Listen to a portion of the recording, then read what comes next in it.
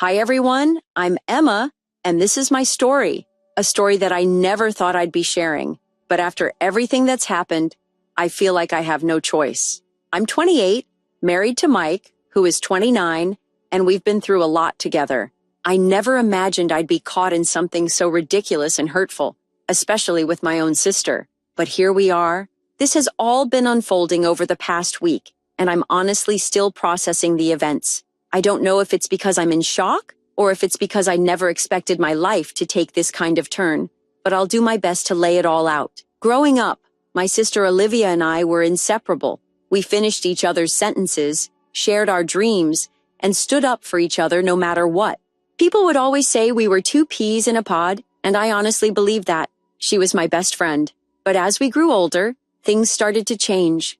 Olivia, who was always a bit more high maintenance than me, began to develop a taste for the finer things in life. I was content with the little things, simple joys, a steady job, and a comfortable life with Mike. But Olivia, she wasn't satisfied with that.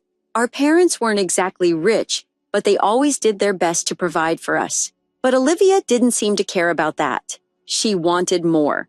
As soon as she went to college, she started surrounding herself with wealthy people, and she found a way to fit in with their lifestyle, despite her on and off jobs and lack of financial stability. I remember being confused at how she managed to maintain that lifestyle, but she did. It was as if she wanted everyone to think she was rich, regardless of whether she was or not. When Mike and I got together, it was like everything changed between Olivia and me. Olivia didn't approve of him, and she definitely didn't approve of our modest wedding. We had a small ceremony, just close friends and family, nothing extravagant. Olivia made sure to let me know how disappointed she was in every aspect of it. The dress, the venue, the guest list. It wasn't enough that I had already chosen a life that wasn't up to her standards. She had to criticize everything I did. Mike is a software developer, and while he's good at what he does, he's not rolling in money. Olivia never let me forget that. She constantly reminded me how poor Mike was, how his career was beneath her standards. I tried to ignore her jabs, but it wasn't easy. And when we went out with our partners one evening, she made it abundantly clear how much she disapproved of Mike. Her boyfriend, Richard, even admired Mike's work, and she couldn't handle it. She spent the whole evening bragging about how much richer Richard was and how much better his job was. I wanted to scream, but Mike was so calm and collected about it, reminding me to just ignore it. And I tried, for his sake, but it hurt every time. Then something changed. Olivia got engaged to Richard a year ago. At first, I was happy for her. It's what you do, right? You congratulate your sister when she gets engaged. You're supposed to be happy for her. And I was, despite everything. So when she asked me to be her bridesmaid, I thought maybe this was a chance to mend the rift between us. Maybe this was the opportunity for us to reconnect. The wedding was getting closer, and I kept offering my help, but she brushed it off. She had her rich friends in the city to help her, so I decided to step back. I didn't want to intrude, especially since it was becoming more and more apparent that Olivia didn't really want me around her fancy crowd. The wedding was going to be extravagant, and I wasn't surprised. That was Olivia for you. She always wanted the best of everything. She wanted the kind of wedding that looked like it belonged in a magazine, no expense spared, and I was fine with that. She deserved to have the wedding of her dreams. I'd heard her complain about not having a fairy tale wedding, and now she was getting it. So I just went along with it, even if I had to swallow my own discomfort about it. But there was something nagging at me. The closer we got to the big day, the more I felt like something was wrong. It wasn't just about the wedding planning. It was Olivia. I started feeling like she was embarrassed by me, by my life, by my marriage to Mike, by the way I live. And honestly, I think she was. Every time I tried to offer to help, she'd refuse. She was so caught up in her world of fancy things and rich friends that I started feeling like an outsider. I wasn't in her world, and she wasn't really in mine anymore.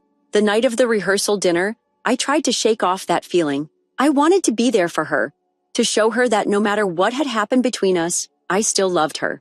But as soon as I walked in, something felt off. The atmosphere felt wrong. Olivia wasn't herself. She barely greeted me. Instead, I saw that cold, calculating look in her eyes, the kind I hadn't seen since she started chasing after wealth and status.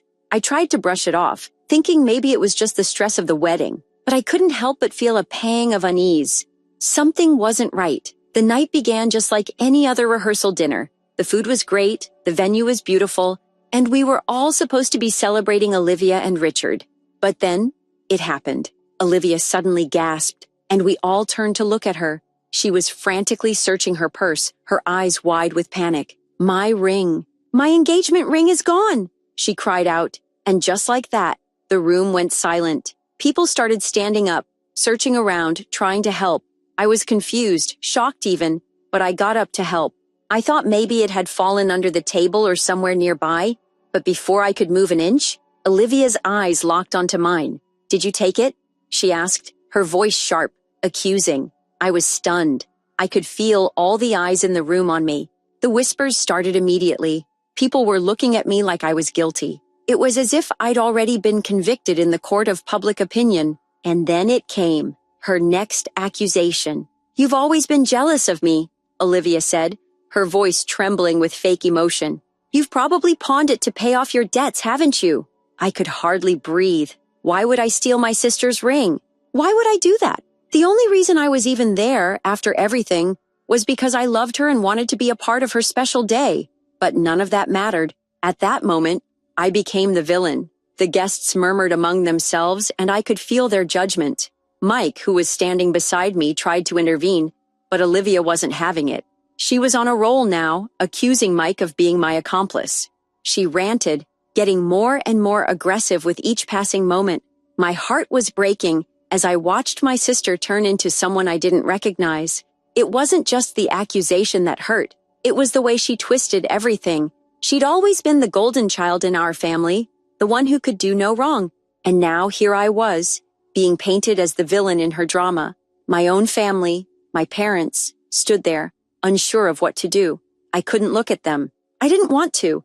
And that's when it happened. The first moment of clarity. This wasn't just about the ring. This was about something deeper, something far more toxic than I had ever realized. I couldn't believe what was happening. Everything felt surreal, like I was trapped in a nightmare I couldn't escape from.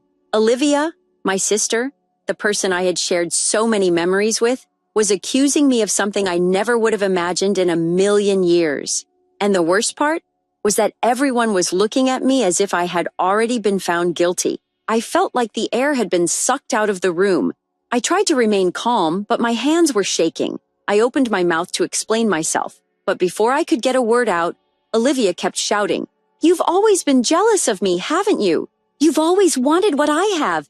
You've always been envious of everything I do, and now this is the last straw. You've stolen from me." I stood there, frozen. I couldn't even begin to comprehend how she could say something like that. I never once felt jealous of her, at least not in a way that would make me steal from her. She was my sister, my family, and despite all our differences, I loved her. I couldn't understand why she would accuse me of something so vile. I glanced at Mike, hoping that maybe, just maybe, he could help make sense of this. But he looked as stunned as I was. He opened his mouth to speak, but Olivia cut him off. "Don't you dare try to defend her. You're just as bad as she is. You've been nothing but a thorn in my side since the moment you two got together. It's like you can't stand seeing me happy, can you?" Her words hit me like a slap in the face. I knew that she never liked Mike, but to accuse us of trying to ruin her happiness, I was speechless. Mike tried to step in again, but this time, he stayed silent, just standing beside me, helpless. His silence was a painful reminder that there was nothing we could do to stop her from this madness. Then, just when I thought it couldn't get worse, Olivia's maid of honor, Melissa, chimed in. She said she'd seen me near Olivia's purse earlier, and that's why it all seemed so suspicious. That was it. I felt the blood rush to my head. It was all too much. They were both piling on, and I felt like I was drowning in their accusations. I opened my mouth to defend myself, to tell them that I had only been near Olivia's things because I'd been helping her with her makeup, something I thought was normal, something sisters do for each other. But the words caught in my throat. There was no use. Olivia wasn't listening. No one was listening. At that moment, I realized that no matter how hard I tried to explain myself, it would never matter to her. She had already made up her mind. I was the villain in her twisted little story, and there was nothing I could do to change that. The room had become a war zone. Guests were exchanging uncomfortable glances. Some were clearly trying to figure out what was happening, while others were whispering amongst themselves. I could hear them, the judgment in their voices, the way they looked at me. It was unbearable. I wanted to cry. I wanted to scream. But instead, I stood there, trying to hold it together. And then came the worst part. Olivia turned on me again, demanding that I empty my pockets and purse right then and there. She was trying to humiliate me, trying to force me to prove my innocence, but I wasn't going to give her that satisfaction.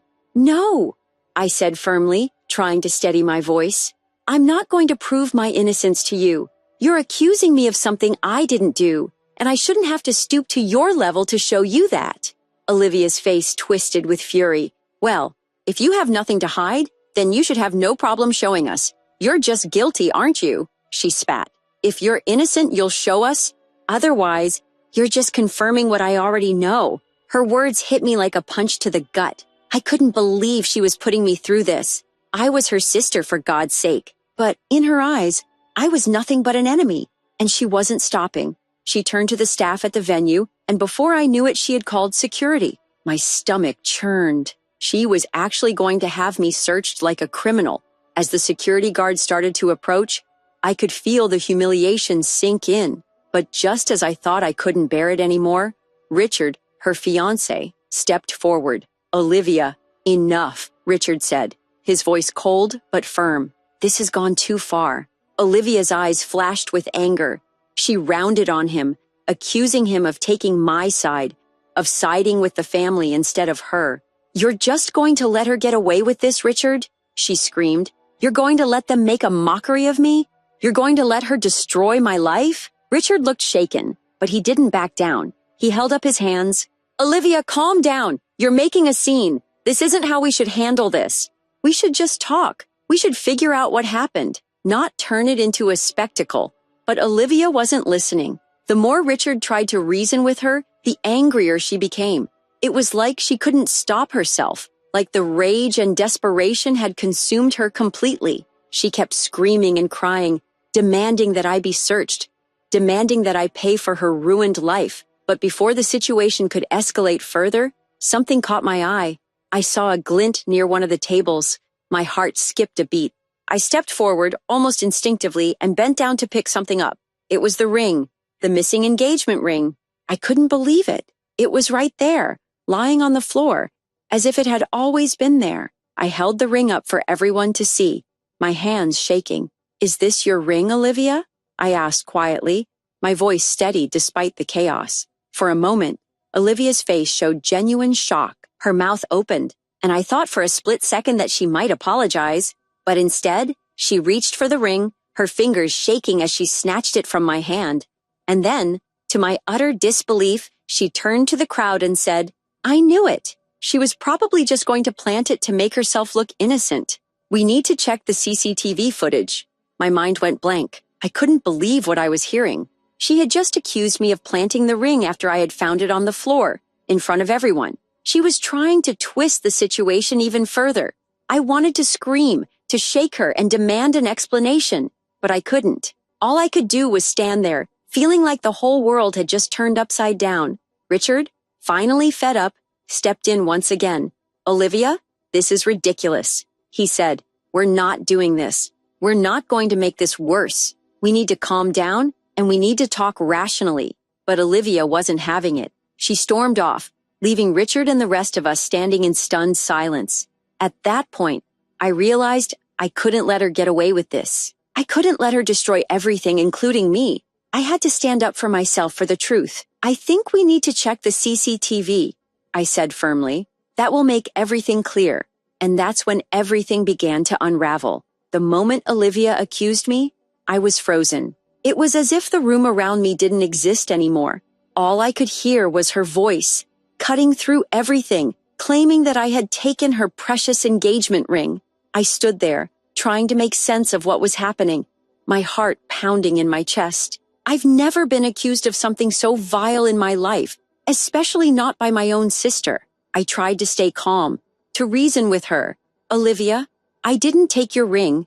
I would never, but she wasn't listening. She kept ranting, her voice louder now, almost frantic. You must have done it. You've always been jealous of me. This is just like you. I've worked so hard to build my life, and here you are, trying to tear it down. I knew it. You've always wanted to see me fail. I couldn't believe what I was hearing. This wasn't my sister. This wasn't the person I had shared secrets with or stayed up all night talking about our dreams. This wasn't the woman who had been my best friend. I wanted to scream at her, to tell her that this wasn't me, that I wasn't the person she was making me out to be. But I was stunned, shocked, hurt. All I could do was stand there, helpless, as she kept throwing accusation after accusation at me. Mike, who had been standing beside me, tried to intervene, his voice steady and calm. Olivia, this is ridiculous. You know Emma would never do something like that. We've been here the whole time. We were sitting together. We weren't anywhere near your purse, but Olivia wasn't hearing any of it. Instead, she turned on him, accusing him of being in on it. You're both the same. You think you can take whatever you want, don't you? You've always lived in your little bubble pretending everything's fine, but I know the truth. You're both the problem. You've always been the problem. At this point, I could feel the weight of everyone's eyes on me. They were watching, waiting for some kind of confession, but I had nothing to confess. There was nothing for me to explain. I was innocent, and yet I felt like I was sinking, drowning in the sea of false accusations that Olivia was throwing at me. How had we gone from sisters who shared everything to this? The room felt suffocating, and I could hear the murmur of guests around us, talking amongst themselves, sharing their opinions. I felt exposed, vulnerable, as if every person in that room was judging me. My parents, who had always been the ones to tell us to stick together, looked like they were caught in a whirlwind, unsure of what to do or say. They were glancing between Olivia and me, confusion and doubt clouding their faces. And then, just when I thought things couldn't get worse, Olivia's maid of honor, Melissa, chimed in. I saw Emma hanging around Olivia's things earlier. She was too close to her purse. It didn't sit right with me, she said, her voice laced with suspicion. I couldn't believe it. This was getting out of hand. I had been near Olivia's purse, but only to help her with her makeup earlier. I had nothing to hide. I wasn't the one causing the chaos, but it felt like everyone in that room had already decided that I was guilty. I tried to speak again, but the more I defended myself, the more convinced Olivia seemed that I was guilty. I didn't take your ring. I haven't even been near your purse except to help you, I insisted, my voice shaking. But Olivia was on a roll. She wasn't listening anymore. She turned to the crowd, her voice rising. If Emma has nothing to hide, she'll prove it. She'll empty her pockets right here, right now. I couldn't believe my ears. She was demanding that I prove my innocence in front of everyone. That was beyond humiliating. I refused. I don't need to prove anything. I haven't done anything wrong. That, of course, only seemed to fuel her. You're guilty. I know it. If you don't have anything to hide, then why won't you show us? She spat. At that point, I was done. I had never been so disrespected in my life, but before I could even react, Olivia did something that left everyone in shock. Get security, she said coldly. If she won't cooperate, we'll search her. And we'll search for Mike, too. They've clearly done something. I stood there speechless, my heart racing. Security? This was my sister. Why was she doing this to me? Why was she accusing me of something so vile? Mike stepped in again, trying to defuse the situation. Olivia, this has gone too far. You're accusing your own family, your sister, of stealing. This isn't right. Think about what you're doing. But Olivia wasn't having it. She was past reasoning, past any form of logic. Her anger was blinding her, and it felt like no one could get through to her. Just when I thought it couldn't get worse, something caught my eye on the floor. It was shiny, glinting in the light. I walked over and picked it up, praying to God it wasn't what I thought it was. It was the missing engagement ring. The room went silent as I held it up in my hand. Olivia's face was drained of color. She looked at me, then at the ring, then back at me again. There was a brief moment where I thought she might finally apologize, but instead, she did the unthinkable. She snatched the ring from my hand and turned to the room, her voice trembling with a strange mix of fear and anger. I knew it. I knew you were planning this. You were going to plant it to make yourself look innocent, she accused, her voice full of venom. I was stunned. I had just picked up the ring in front of everyone, and she was still trying to twist the situation. How far was she willing to go to maintain her lies? Before I could even respond, Richard, her fiancé, stepped forward. He didn't mince words. Olivia, enough. This is insane. We need to calm down and think about this rationally. Olivia didn't want to hear it. She turned on him, accusing him of siding with me, but Richard wasn't backing down. I can't believe what I'm seeing. This is out of control. The tension in the room was palpable. It felt like everything had just exploded, and I couldn't breathe. But Richard finally spoke up with a suggestion that would change everything. We need to check the CCTV footage. This can't go on like this. Olivia hesitated, but eventually she agreed. And in that moment, I knew things were about to take a turn. The truth was about to come out, and I couldn't wait for it. I don't know what I was expecting at that moment, but I certainly didn't expect the next turn of events to happen the way it did. Olivia's accusation, her words, had crushed me. I was still in shock when she demanded I empty my pockets and purse. The whole situation felt like it was spiraling out of control, and it felt like no matter what I did, the narrative was already set. She was convinced that I had stolen her ring, and nothing I could say or do would change that. The worst part was the way the room had turned against me. I could feel their eyes on me, those judgmental stares from people who didn't know me, didn't understand the history between Olivia and me. It didn't matter. In their eyes, I was guilty because Olivia said so. My heart was pounding in my chest as she ranted, and all I could do was stand there speechless. She wouldn't listen to anything I said. Every time I tried to explain, it was like speaking into the void. She was relentless, and I could tell she wasn't going to stop. As if this nightmare couldn't get any worse, her maid of honor, Melissa, chimed in. I couldn't believe it when I heard Melissa say that she had seen me hanging around Olivia's things earlier. She said it like it was an obvious clue, as if I'd been secretly planning this. I hadn't done anything like that. I had only been near Olivia's stuff when I was helping her with her makeup, but of course that didn't matter. I tried to explain that, but again, no one was listening. Olivia's mind was made up, and nothing I could do would change it. The whole room was on edge. I could see my parents exchanging glances, trying to figure out what was happening. They were upset, but their faces were filled with confusion. I couldn't tell if they were starting to believe Olivia's accusations or if they were just trying to figure out how to make it all go away. Either way, it didn't matter. Olivia had made sure that I was painted as the villain and I couldn't escape it. That's when the security guards were called. Olivia's demand to search me and Mike felt like a slap in the face. She didn't trust me, not at all, and she was willing to embarrass me in front of everyone just to prove a point. I wasn't going to comply. I didn't have to. It was clear to me at that moment that I wasn't going to win this battle by defending myself. This wasn't about the ring anymore. This was about Olivia controlling the narrative. I could feel the anger rising inside me, but I kept it contained. I was still in shock, still reeling from everything she was accusing me of. But then, something happened. Richard, Olivia's fiancé, finally stepped in. He'd been quiet for most of the evening, standing off to the side, looking uncomfortable.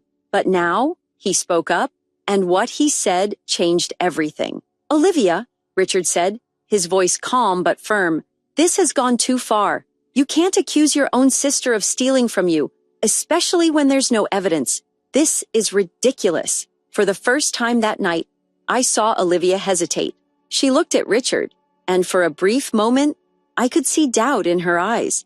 But she wasn't ready to back down just yet. She turned to him, her voice sharp, and accused him of taking my side. She couldn't handle the fact that Richard wasn't blindly supporting her, and I could see it in her eyes. The anger, the frustration. It was clear that she was unraveling, and she didn't know how to stop. Richard, however, was done with her behavior. He turned to the security guards, telling them to wait outside. He wasn't going to allow any more of this nonsense. We're going to figure this out, he said, and for the first time, I felt a small glimmer of hope that maybe, just maybe, this nightmare was starting to come to an end. Olivia, however, wasn't finished. She turned to the crowd and said something that I still can't believe. We need to check the camera footage, she snapped. Emma's probably about to plant the ring to make herself look innocent. I couldn't believe what I was hearing. This wasn't just about the ring anymore. This was about her pride, about making me the villain, about maintaining control over the situation. She had already made her mind up, and no matter what happened, she wasn't going to let go of that narrative. Richard looked at her, clearly disgusted. "Olivia?" he said, his voice low. "This is a mess. You've made it worse. And now you want to make it even worse by accusing your sister in front of everyone?" The tension in the room was suffocating. Everyone was waiting for something to happen. Olivia, still unwilling to back down, agreed to check the footage. And that's when the truth came out. With the help of the venue staff, we quickly got access to the CCTV footage. As we watched it, my heart sank. There, on the screen, was Olivia, dropping her own ring under the table and then pretending to search for it in her purse. She was staging the entire thing. It was like watching a bad movie unfold in real life. My hands were shaking as I watched, but I couldn't look away. This was it, the moment when the truth finally came to light. Olivia's face went pale when she saw the footage. It was clear she had no idea what was coming. Richard looked at her, his expression one of shock and disappointment. For the first time that night, he seemed like he was truly seeing her for who she really was. Olivia, in her usual fashion, tried to spin the situation. She started claiming that it wasn't what it seemed, that I was somehow trying to ruin her wedding, but Richard wasn't having it. "Olivia," he said, his voice steady, "this is ridiculous. You've made a scene, and now the truth is right here in front of us. You're not getting away with this." The whole room was silent. I felt like I was watching my life fall apart. The truth was out, and Olivia wasn't apologizing. She was trying to manipulate her way out of it. Richard didn't waste any more time. He turned to the crowd and said, "It's over. We're going home." He looked at me and Mike, and then he asked if we wanted him to walk us out. I nodded, grateful for his support, but still in disbelief over everything that had just happened. As we walked out of the venue, I could hear Olivia's protests behind us, but Richard didn't look back once. We were done. The night was over, and the wedding was officially called off. We got into the car, and I sat there in stunned silence trying to process everything. Mike, who had been so calm through all of this, turned to me and whispered, "Are you okay?" I didn't know how to answer. I wasn't okay, but at least the truth was out there. At least it was over, or so I thought. Little did I know, this was only the beginning of the fallout. The next few days were a blur. I couldn't believe what had happened, and yet it had all happened so fast. Olivia's wedding was called off, and the truth about her scheme had come out, but the consequences were far from over. After we left the venue that night, I thought things would calm down, but they didn't. The following morning, the messages started coming in. Some of them were from family members, apologizing for doubting me and acknowledging the truth. Others, mainly Olivia's friends, accused me of orchestrating the whole thing, claiming I ruined her life. It was overwhelming, to say the least. But then the real bombshell came. A call from Richard. He told me he had called off the wedding for good. "After everything I saw," he said, "I can't marry her. I can't spend my life with someone who would treat her own family like this." His words were a mixture of relief and sadness, and it was clear he had reached the end of his rope with Olivia. Olivia didn't stop there. She started calling me, sending texts, and leaving voicemails. Her tone fluctuated between tearful apologies and angry accusations, but I could see through it. She wasn't really sorry. She was just trying to manipulate me into feeling guilty. She even went so far as to demand that I pay for the canceled wedding. Mike and I decided to ignore her threats. She had no grounds to demand anything from us, and it was clear she wasn't interested in any kind of real reconciliation. But despite everything, part of me felt guilty. I never wanted this, but Olivia had forced my hand, and I had no choice but to stand up for myself. As the CCTV footage was reviewed, my heart raced, and I felt a strange sense of relief mixed with anger. There, on the screen, it all unfolded. The moment Mike and I entered the venue, Olivia and Melissa exchanged a few whispered words. Minutes later, Olivia casually dropped her ring on the floor and discreetly shoved it under a nearby table. Then, she moved across the room and began searching frantically through her purse, pretending to look for it. Everything that had happened, the drama, the accusations, was orchestrated by her. I could feel the tension in the room as the footage played out. Richard's face went pale as the truth hit him like a freight train. Olivia tried to explain herself, but no one was listening anymore. The evidence was clear. Richard turned to Olivia, his voice sharp. "This isn't just about the ring anymore, Olivia. This is about trust. I can't marry someone who would do this to her own sister." The truth was out, and it felt like a weight lifting off my chest, but I couldn't shake the sadness that lingered.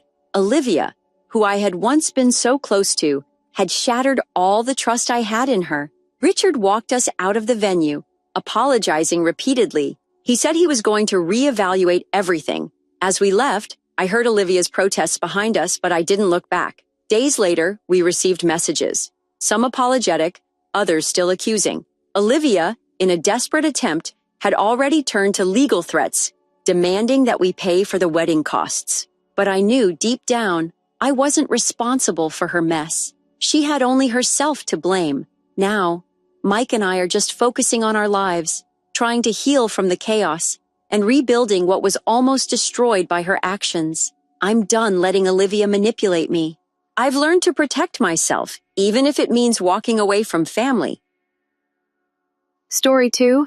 My sister-in-law switched my pregnancy medication to deadly drugs because I refused to name my kid after her family's grandmother, and she nearly terminated my unborn child, so I made her regret everything. Hello, everyone! Before we go into today's video, I need your help. We've noticed that the channel is losing traction, and subscribing is one of the best ways you can help us. It's quick, free, and allows us to continue bringing you great content. Your support means everything. Let us keep this channel growing collectively. Thank you very much. Now let's begin the video. Hello, folks! So, I never expected to be posting something like this on Reddit, but here we are. I still can't believe it. It actually happened to me. I'm a Generation 34 female, and this is the story of my husband's eccentric sister. I'll call her Jane. She seriously injured my pregnant child because of a lousy name. Jane has always been a complete control freak. She is my husband's oldest child. Dan has 31 male siblings. And, man, she acts like a third parent or something. I've known her since the first day we met. I sensed there was something strange about her. She has bizarre control issues that no one in the family wants to discuss. Jane was married for around 2 years to a guy named Rob, who eventually grew fed up with her, directing him how to breathe, and left. That was about 6 years ago. And since then, she's had a run of failed relationships. Every guy runs for the hills after a few weeks of dating her. Instead of considering whether she was the problem, she simply increased her control over her siblings' lives, like it was going to fill the void or something. I originally met Jane at this restaurant. While Dan was introducing me to his family, I was already apprehensive because meeting the family is a huge deal, right? I sincerely hoped they liked me. Dan had warned me that his sister might be overbearing. But holy crap, was that an understatement? Within 5 minutes of sitting in, Jane begins interrogating me as if I were a suspect in a murder case. What exactly do you do at work? How much do you make? Do you have a student loan? What is your credit score? Are you planning on having children? How many? When? How is your relationship with your family? I hardly had time to swallow my lunch between queries when I told her I was a middle school teacher at the same school Dan works at, which is how we met. She was literally rolling her eyes. She was like, "So you both work at that underfunded public school? How are you going to afford a house on those salaries?" Meanwhile, Dan and I were both content with our work and had already planned our finances. Thank you very much. I tried to laugh it off and be friendly, but Jane kept making subtle digs at me throughout the evening. Dan always stated that he wanted to marry someone who could cook. Do you cook, Jen? Just continual jabs hidden under phony grins. After dinner, Dan apologized profusely and said that Jane had been like this with everyone he had dated. She apparently scared off Dan's college girlfriend by showing up at her dorm and telling her she was not ambitious enough for him. Another female received the "you are not pretty enough for my brother" treatment. Jane basically made herself the gatekeeper to Dan's romantic life. His parents are actually quite good people, but after dealing with Jane's antics for so many years, they've pretty much given up. They give this uneasy smile and say, "Oh, that's just Jane being Jane." When she does something very improper, they're nice to me, but they never stand up to Jane when she is being a jerk.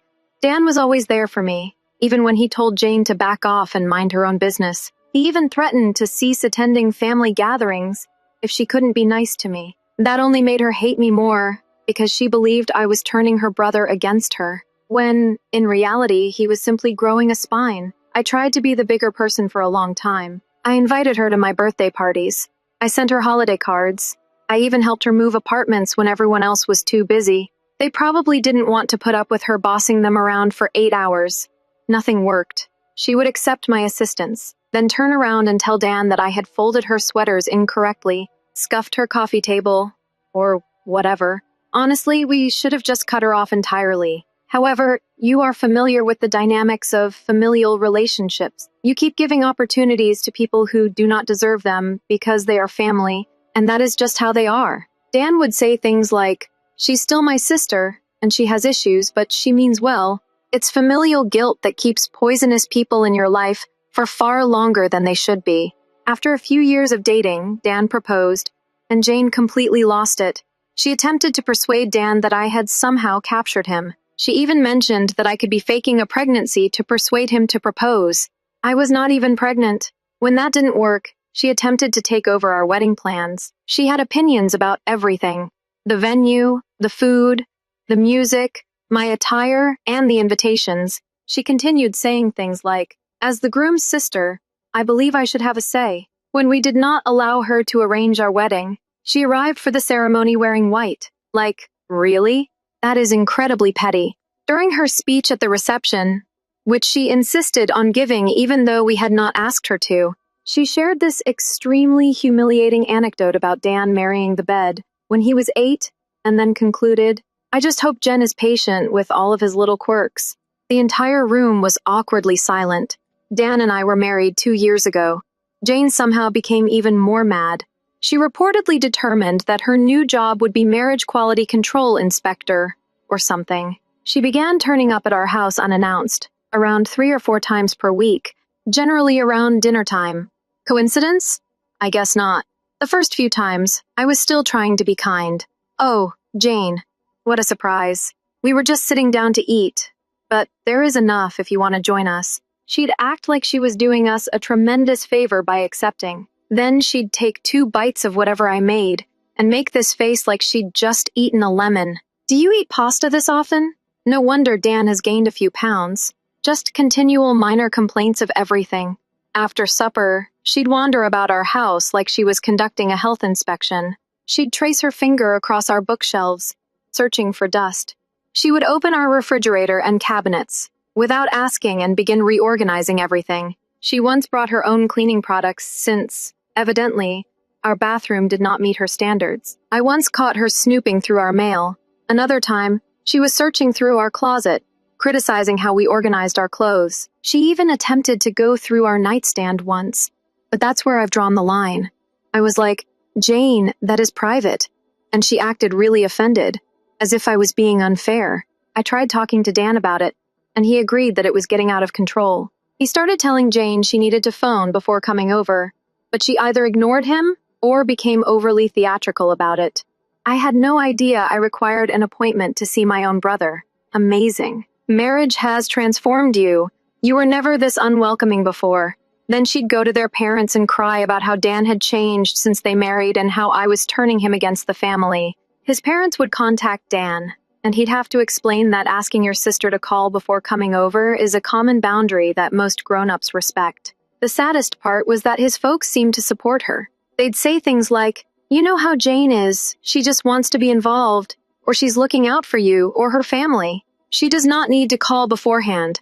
They had been dealing with Jane's control difficulties for a long time. They believed her behavior was typical. We began locking our doors and not answering when she appeared unexpectedly. She'd stand outside knocking for around 20 minutes, occasionally peeping into our windows and repeatedly phoning Dan's phone. Then we'd get these lengthy, guilt-inducing texts about how disrespectful we were and how family should always be welcome. She once used Dan's parents' emergency spare key to let herself in while we were at work. We arrived home to discover her moving our kitchen cabinets, which we had obviously organized incorrectly. That was the last straw for Dan. He reclaimed the key from his parents and told them to respect our privacy. His mother, Karen, attempted to defend Jane, claiming that she was only trying to help. She has always been the most organized member of the family. His father, Tom, was more tolerant, but he still made excuses, claiming that's how she shows she cares. I remember telling Dan that your sister isn't caring. She's domineering. There is a major difference. I believe it finally clicked for him. He began setting stronger boundaries with Jane, which only made her dislike me more. In her mind, I was the bad witch who had put a spell on her beloved baby brother. Jane began circulating tales about me within the extended family. Dan's cousins, aunts, and uncles would give me strange stares during family gatherings. Later, we discovered that Jane had informed them that I was isolating Dan from his family, and that I was most likely cheating on him because I was so secretive. She informed Dan's grandmother that I was bad with money and would certainly bankrupt them. Dan's younger siblings, Kim, 27, a female, and Andy, 25, a man, were actually quite friendly with me. They had grown up with Jane's domineering conduct and were relieved that someone was finally standing up to her. They started showing up at our house without telling Jane, which drove her crazy. Jane attempted to convince them to spy on us for her. She would ask them questions like, "So, how does your house look? Is it clean? What did you two talk about? Did Jen mention anything about me?" They'd usually make up stories to get her off their backs. The holidays were the worst. Jane assumed responsibility for all family gatherings, despite the fact that no one requested her to do so. She'd assign everyone a dish to bring, but then critique whatever they produced. "Jen, you brought store-bought rolls. I suppose that's great." Then she would rearrange whatever you brought and claim credit for the entire meal. One Thanksgiving, I brought my grandmother's legendary sweet potato dish. Jane sprinkled a bunch of extra brown sugar on top of it without my permission, because it needed to be sweeter. I almost lost it right then, but Dan grabbed me aside and said, "It's not worth it. Let's simply finish dinner. This was our strategy for a time. I'm just trying to limit my interaction with Jane and complete the necessary family tasks without incident." However, Dan and I discovered I was pregnant 3 months ago, which changed everything. We were quite excited. We had been trying for about a year. I began to fear that something was wrong with one of us, but it simply took a little longer than intended.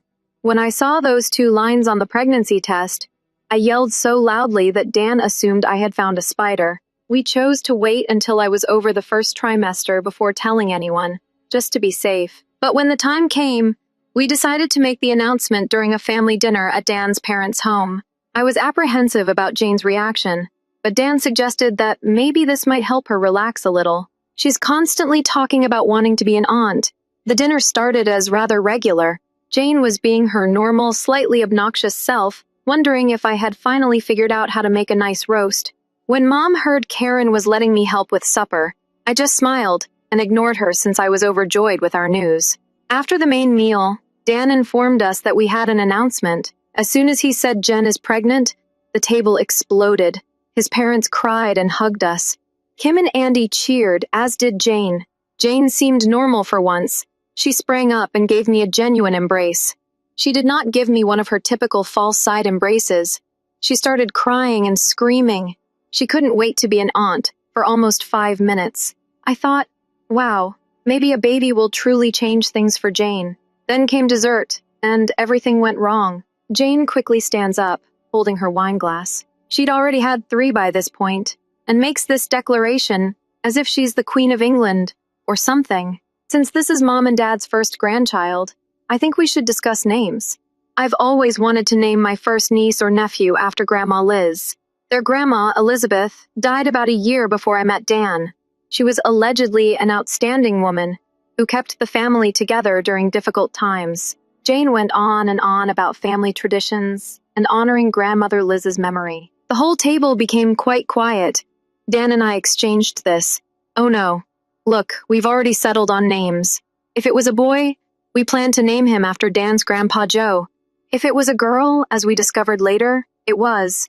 We decided to name her May after my grandmother, who raised me after my parents died in a car accident when I was 12. After my parents died, my grandmother May worked 2 jobs to support me through school. She was my rock and everything.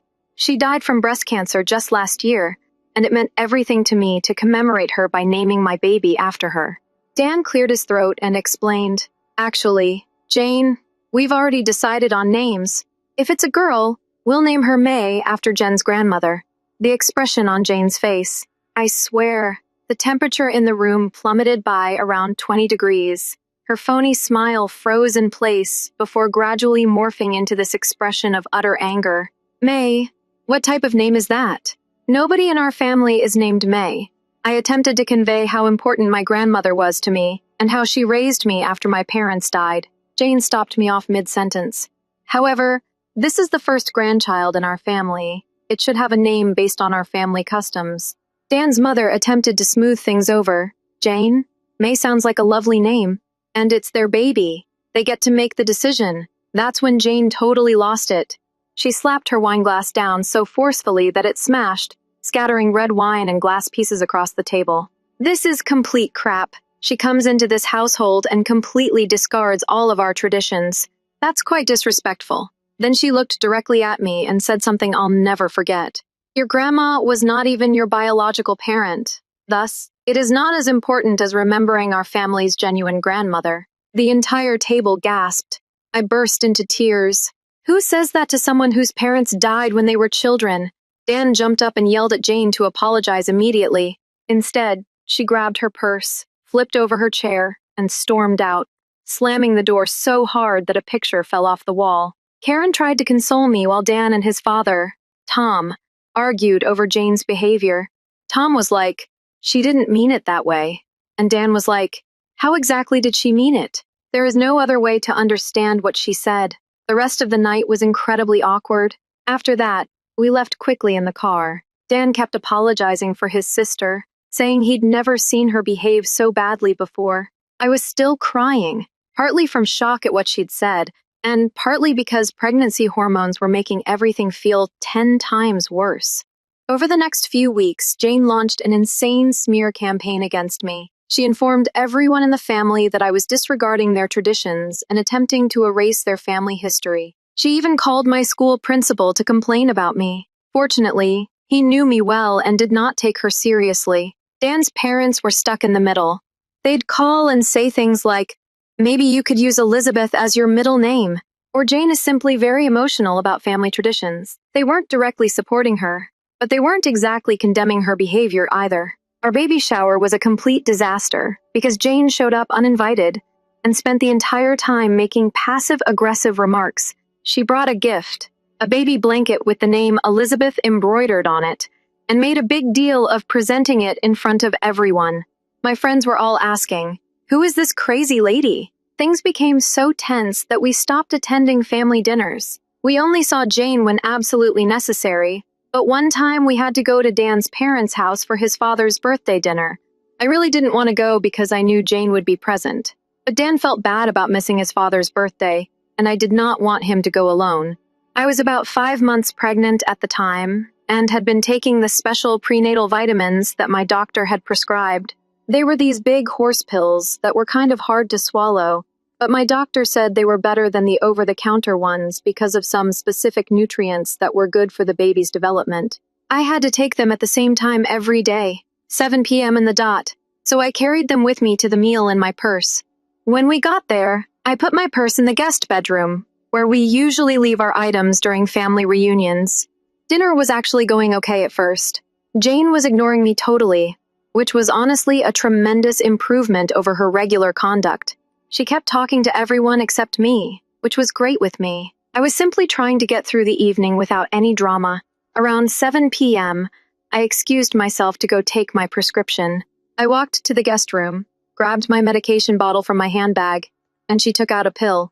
I recall looking at it and thought it seemed a little strange, like maybe a little different shade of pink and a bit smaller than usual. But I believed it was just the lighting in the room or my pregnancy brain playing tricks on me. When you take the same drug every day for months, you don't really inspect it closely each time, you know? I took the tablet with some water and went back to dinner. About an hour later, I started feeling pretty uncomfortable.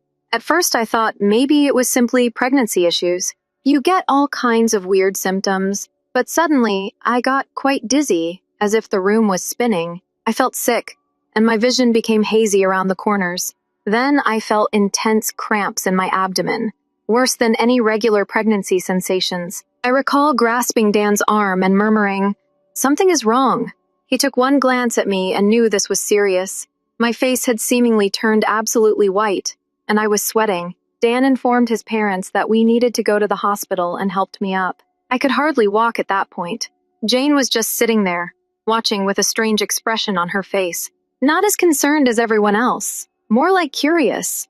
like she was waiting to see what would happen next. The trip to the hospital was basically a haze. Dan was speeding, and I was in the passenger seat, trying not to vomit or pass out. The cramps were growing worse, and I was frightened of losing the baby. When we arrived at the emergency room, they promptly took me back.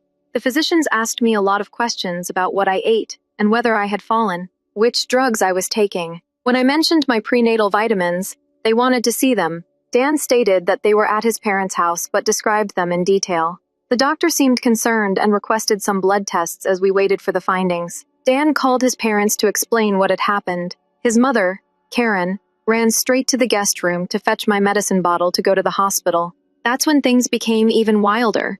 Karen called again around 15 minutes later. I'm totally freaking out. She discovered my actual prenatal vitamins stashed under some books on the bookcase in the guest room. The medicine container in my purse had been replaced with something else. The physicians performed several tests and discovered something in my system at a dangerously high level. Something that could badly disrupt the pregnancy. The doctor told me straight up that if we hadn't arrived at the hospital when we did, I could have lost the baby while being treated. Dan's father searched the house and discovered an empty prescription bottle in Jane's purse, which she had left behind when she left quietly after I became ill. The bottle had contained the very same medication that was now in my system. Dan's father called Jane to confront her. She did not even deny it. She actually stated that maybe now she will understand the value of family traditions. Like, what? The actual cuss? She attempted to slay my baby because of a name. Dan contacted the police right away. I spent the night in the hospital, being monitored and receiving treatment to counteract the medication. I was terrified the whole time that I would lose my baby. The doctors kept checking the heartbeat, and whenever I heard that little thump, I burst into tears of relief. Dan was overcome with guilt and anger. He kept saying he should have protected me better, that he never expected his sister to go this far. His parents arrived at the hospital after midnight, both crying and apologizing over and over. They suddenly understood how harmful Jane's dominating conduct had become. The cops arrived at the hospital to take my statement. They took the medication bottle as evidence and stated Jane would be arrested. I couldn't believe it was really happening. It felt like a weird TV movie plot. It wasn't real life, yet it felt extremely real. Jane tried to explain that it was all a hoax gone awry and that she simply meant to terrify me into changing my mind about the name. But no one believed that BS just a second. She had purposefully modified my medication to something she knew would harm my kid. There is no joke reason for this. I spent 2 additional days in the hospital being monitored. Thankfully, the baby was fine. To be safe, the physicians advised me to have extra monitoring during the remainder of my pregnancy. However, no permanent damage appeared to have resulted from the occurrence. When we eventually arrived home, I broke down totally. The concept that someone despised me so badly that they would attempt to harm my unborn child. I simply couldn't process it. Every time I considered it, I felt nauseous all over again. In the 2 weeks following the incident, the police inquiry revealed even more distressing information about Jane that none of us knew. The entire family was in astonishment as fresh information came to light. As if the hospital did extensive tests on the medications Jane had switched mine with. They were not just any medicines she had lying around. They were high-dose blood pressure medications, which are known to induce pregnancy difficulties. The doctor stated that these drugs induce rapid decreases in blood pressure, which might lead to placental issues and perhaps a miscarriage. The cops took this very seriously. They obtained a warrant to examine Jane's flat, and what they discovered was like something out of a crime drama. She had an entire drawer filled with various drugs, many of which lacked prescription labels. There were notebook pages where she jotted down the effects of various pills, including particular notes on which ones were risky for pregnant women. But that wasn't the weirdest thing. The cops obtained a warrant for Jane's computer and phone records, and what they discovered was really scary. In the weeks before this occurred, she had been browsing Google for information on what medications might induce miscarriage, how to exchange pills without anybody knowing, and even how to tamper with someone's medications without being detected. She was deep in these shady online groups where people discussed how to conduct this type of thing. She also saved photographs of prenatal vitamins, so she might find pills that looked similar. This was not an impulsive decision. She'd been planning it for weeks, ever since the dinner where we revealed the baby's name. It turns out Jane had a history of questionable behavior that no one in the family knew about. She worked as an administrator at a local medical clinic a few years ago, and while she was there, a number of patients complained about receiving incorrect medications. Some people received completely different medications than they were intended to, but nothing was ever pinned on her. The clinic investigated, but was unable to produce any evidence. And, right in the middle of their inquiry, Jane abruptly departed, claiming she needed to care for her sick mother. Except, yes, that was a complete lie. Karen was not unwell at all. The clinic had documented all of these occurrences, but since they couldn't prove anything, they simply let her go and move on.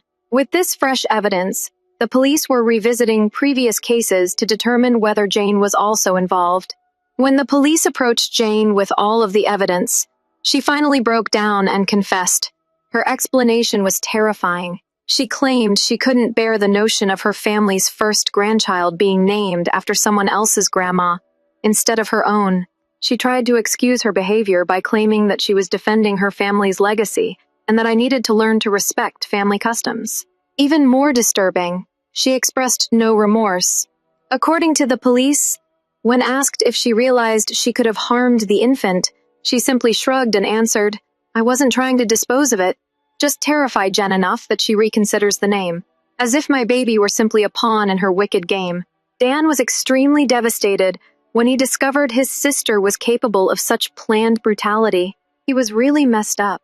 He kept insisting he should have noticed the indications sooner. I should have had better protection. I told him again that none of this was his fault. No sane person would expect their sister to do something like this. His parents were in considerably worse condition. They were totally broken, especially Karen.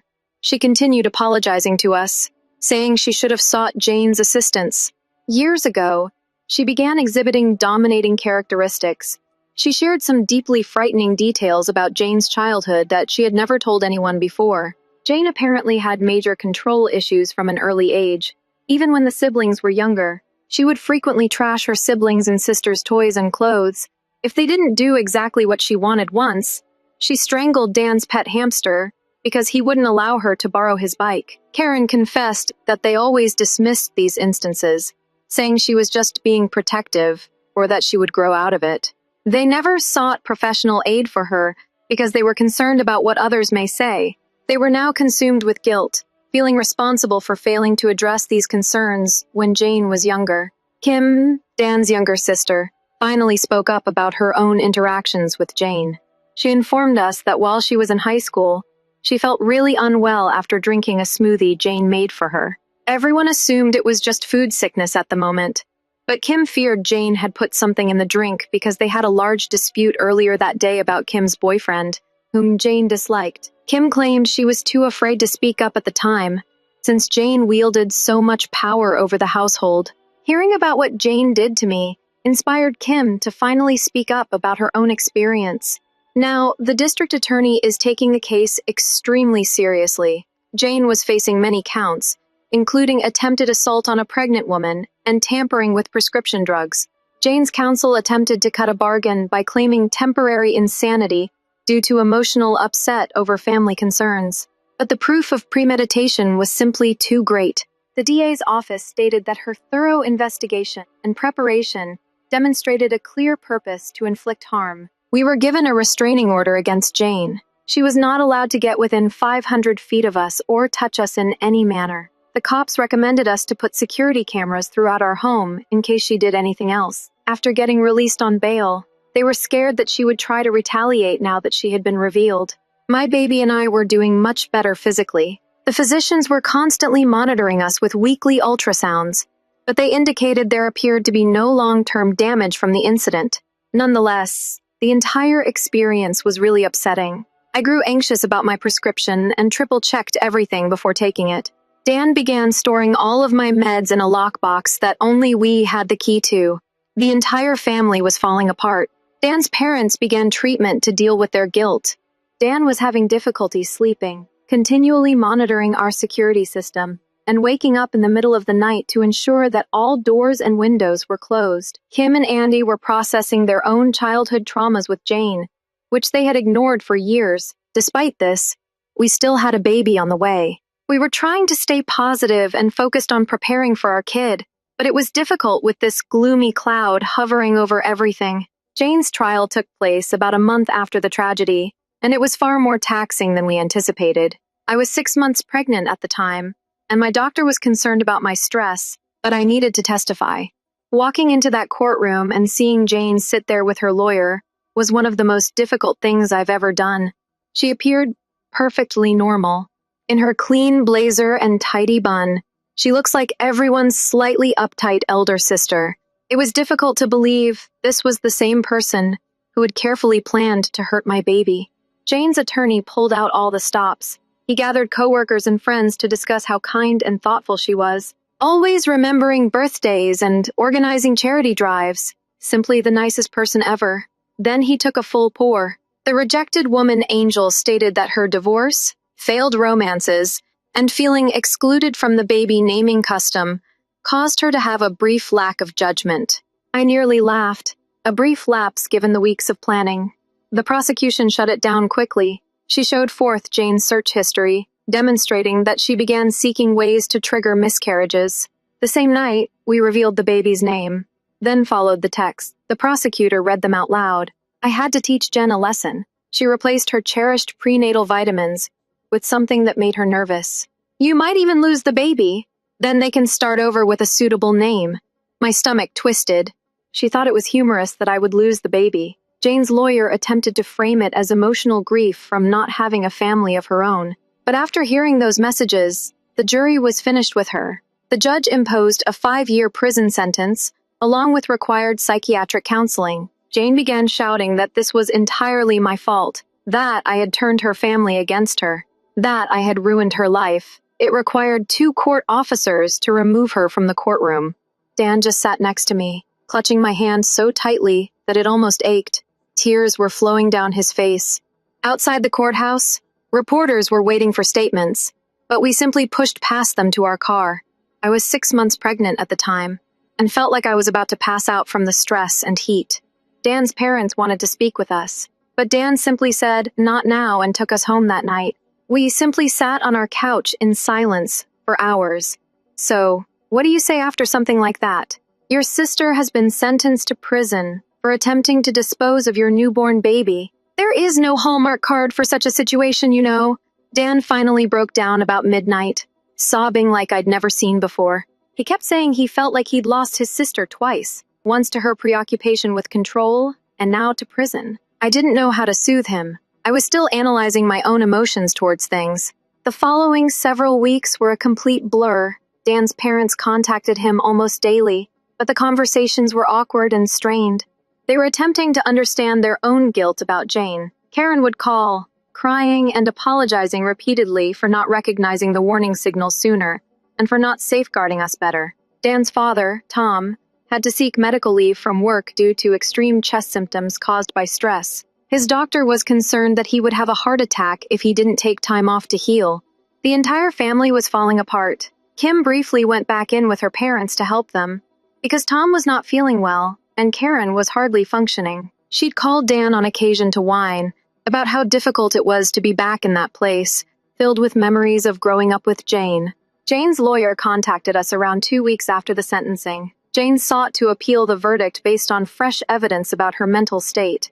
She claimed to have undiagnosed bipolar disease and was not responsible for her acts. The lawyer asked if we would support a lower sentence if she agreed to long-term psychiatric care rather than prison. In more polite legal language, Dan instructed the lawyer to go to hell. Of course. Then we received a letter from Jane herself. It was this strange combination of apology and justification. She stated that she never intended to damage the baby, and was simply attempting to make a point about family traditions. She stated the prescription wasn't intended to be that strong, and would only make me a little ill, so I should reconsider the name choice. Like, what? How does that make things better? I wasn't sure if she was truly remorseful or just sorry she was caught. The entire letter had an undertone of this being your fault for not obeying my wishes. We returned it unopened, with return to sender scribbled across it. Dan and I decided to push our plans to leave town. Dan had been offered a post as head of the English department at a luxury private school approximately 2 hours away, but we didn't want to relocate until after the baby was born.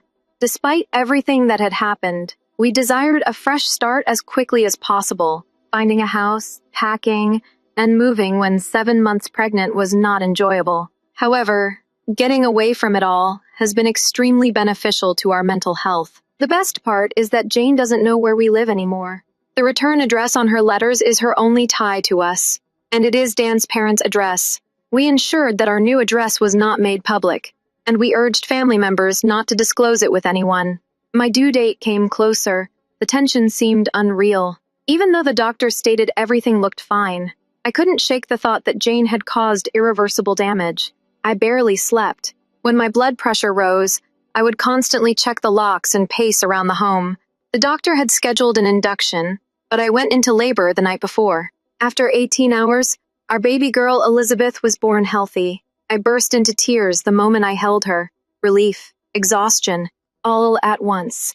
A few weeks later, Jane sent a strange letter including baby photographs torn from magazines, asking, "Is this what my niece looks like?" It turned out that a distant cousin had been updating her. We cut them off immediately, and Jane's prison mail was highlighted. Even with her still in the background, we concentrated on May 4th, 4 months into our new life. Things felt somewhat normal. Jane still writes. She still asks if we have forgiven her, but we are not obligated to do so, and my safety will always come first.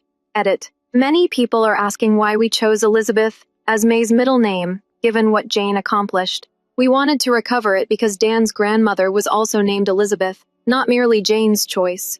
The name belongs to the entire family, not just Jane. We didn't want her to ruin that relationship forever. Plus, Elizabeth just sounds lovely together.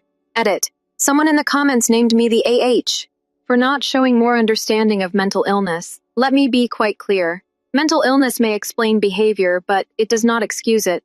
Jane understood exactly what she was doing.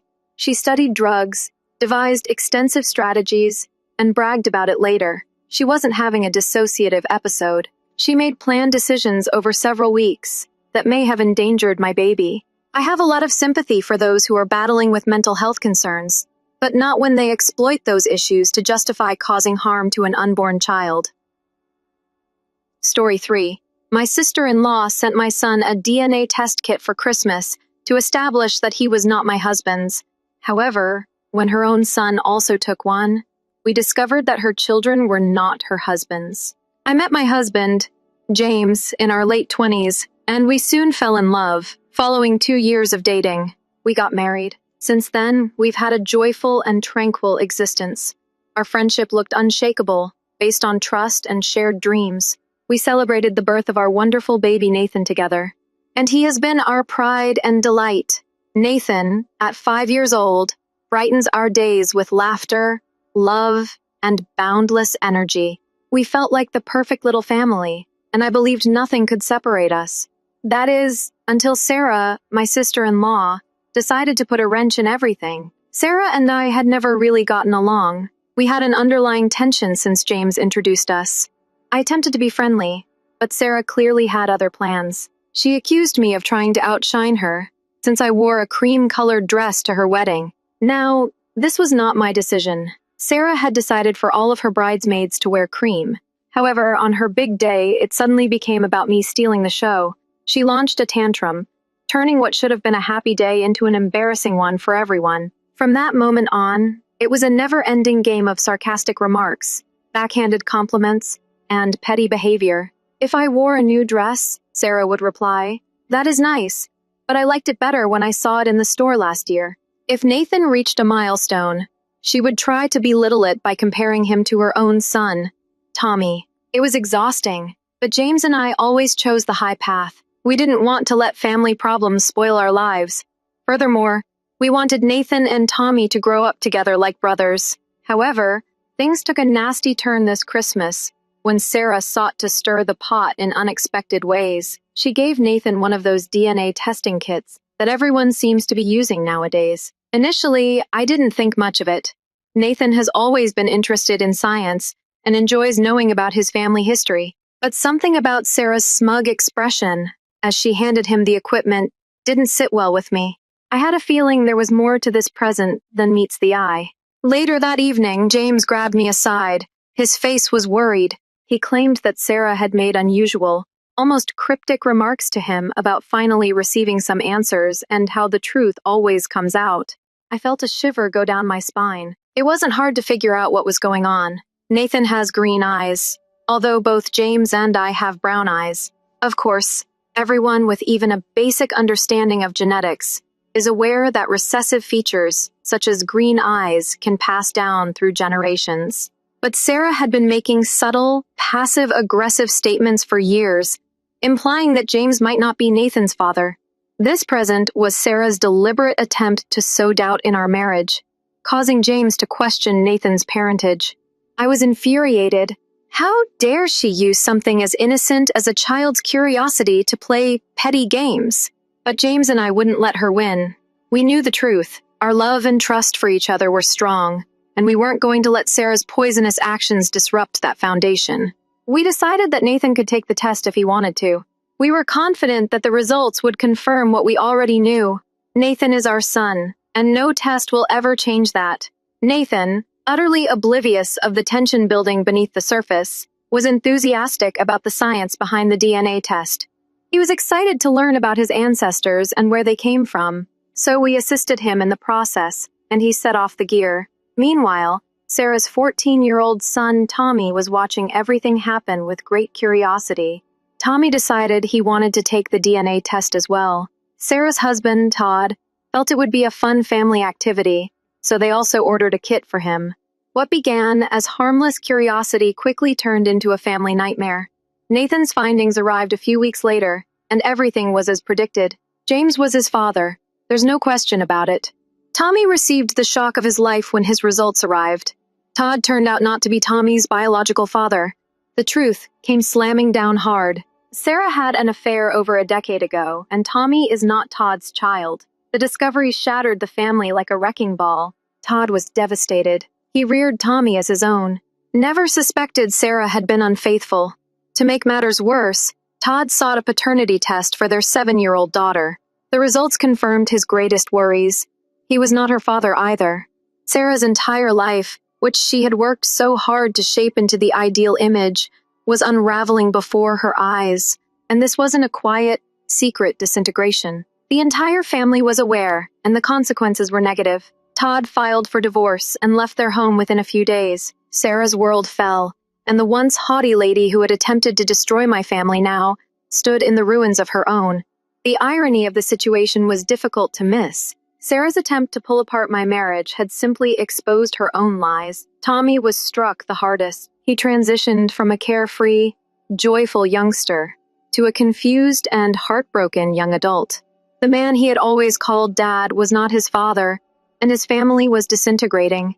Nathan, too, was affected. He and Tommy had always been close, and watching his cousin go through such upheaval made him sad and scared.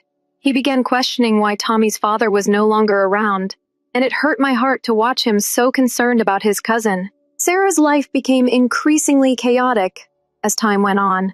Todd pressed for full custody of their children, seeking to limit Sarah's role in their lives. Sarah, who had always been the glue that held the family together with her domineering personality, now appeared to be a shell of her former self. She was often apprehensive at family gatherings. Her face was pale. Her eyes were crimson from sobbing. The woman who had before attempted to make my life miserable now appeared completely defeated. Then, one day, something unexpected occurred. Sarah reached out to me. She called me. Her voice was unsteady and teary as she asked for assistance. She wanted me to talk to Todd and persuade him to lighten up on the custody arrangements. She was trying to salvage what little she had left of her relationship with her children and sought help from me, of all people. At first, I was stunned. After everything she had done to undermine my marriage and cause havoc at every opportunity, she had the arrogance to ask for my assistance. I initially ignored her calls, refusing to consider aiding her. But as the days passed, I found myself wondering about Tommy. He was the true victim in all of this. None of it was his fault. Despite this, he bore the brunt of the pain. Nathan, too, was trying to figure out why his cousin's life had been turned upside down. I started feeling conflicted. Was it appropriate to hold Sarah's conduct against her children? Should I put my rage aside and help for the benefit of the kids? James, of course, warned me to keep out of it. He insisted Sarah had made her bed, and now she had to lie in it. But I couldn't ignore the idea that I might be able to assist in bringing some serenity to the children involved. It was not their fault that their mother made poor decisions. So I found myself at a crossroads, unsure what I should do. Should I help Sarah? Should I let her face the repercussions of her own actions? And now I'm caught between doing what's right for the kids and staying away from the woman who caused so much misery. What would you do if you were in my position? Hello, everybody. Thank you for taking time to read my story. I did not expect such an enormous response, and your help has meant a lot to me during this tough time. It's been really difficult to navigate the emotional roller coaster I'm now experiencing, but knowing that there are others out there who understand and care has been quite beneficial. I wanted to provide a brief recap on what has occurred since my previous post, and I hope it puts some light on the complex situation we are dealing with. Sarah is still contacting me regularly, and to be honest, it's getting tiring. I expected her to back off or calm down, but she hasn't. She is relentless. On one especially horrible day, she called me 3 times in a row, leaving lengthy, sobbing voicemails. I could sense the desperation in her voice, but after everything, it was difficult to feel sympathy. At one point, my husband James became so frustrated that he couldn't take it anymore. He called her himself.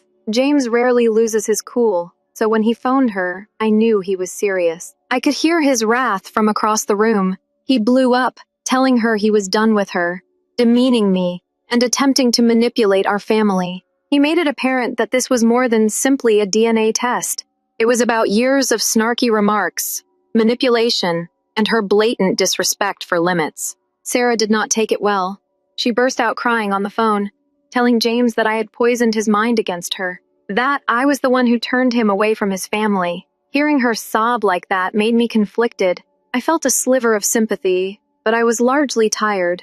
After the conversation, things became worse. Sarah's tone changed again. She began contacting me regularly, alternating between asking for help and accusing me of attempting to ruin her life. One moment she was pleading for my aid, expressing how much she wanted me to talk to Todd and help smooth things over. She accused me of being manipulative, stating that I was jealous of her and her family and intended to destroy her marriage. It was as if she wasn't sure if I was her enemy or her rescuer.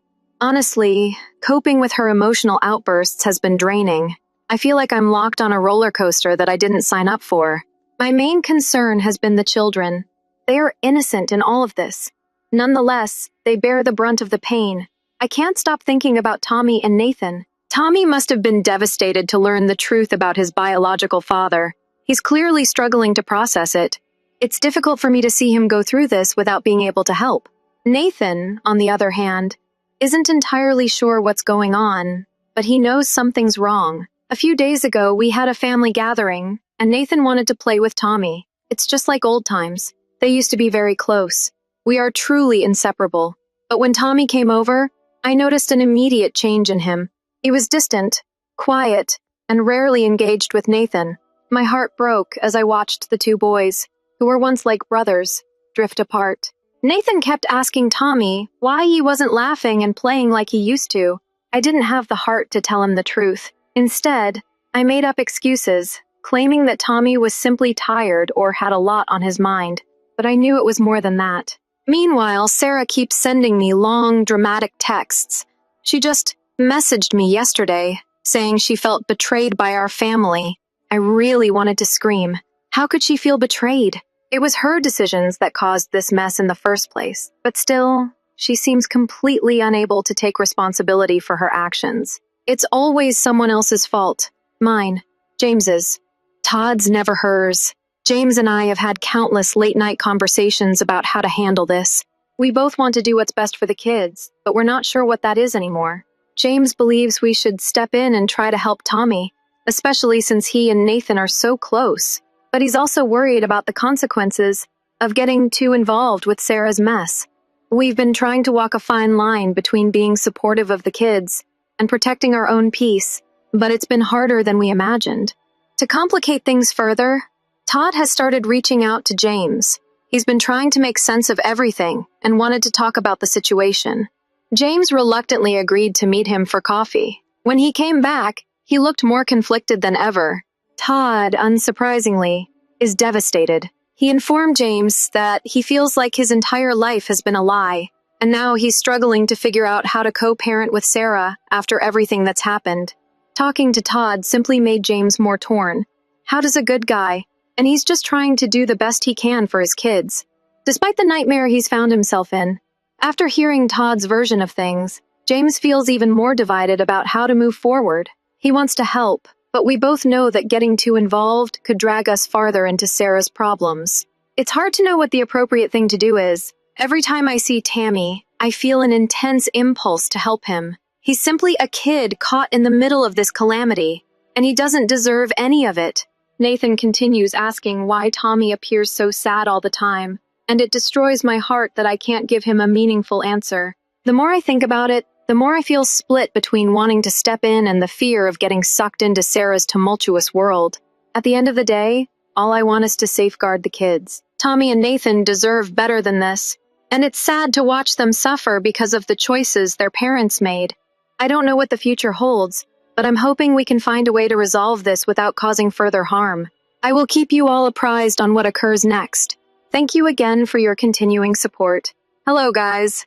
A lot has transpired in the last few days, so buckle up. It's been a lot for all of us, and I'm not sure how much longer this will continue. But this is where we are now. First and foremost, Sarah chose to proceed with an official medical paternity test.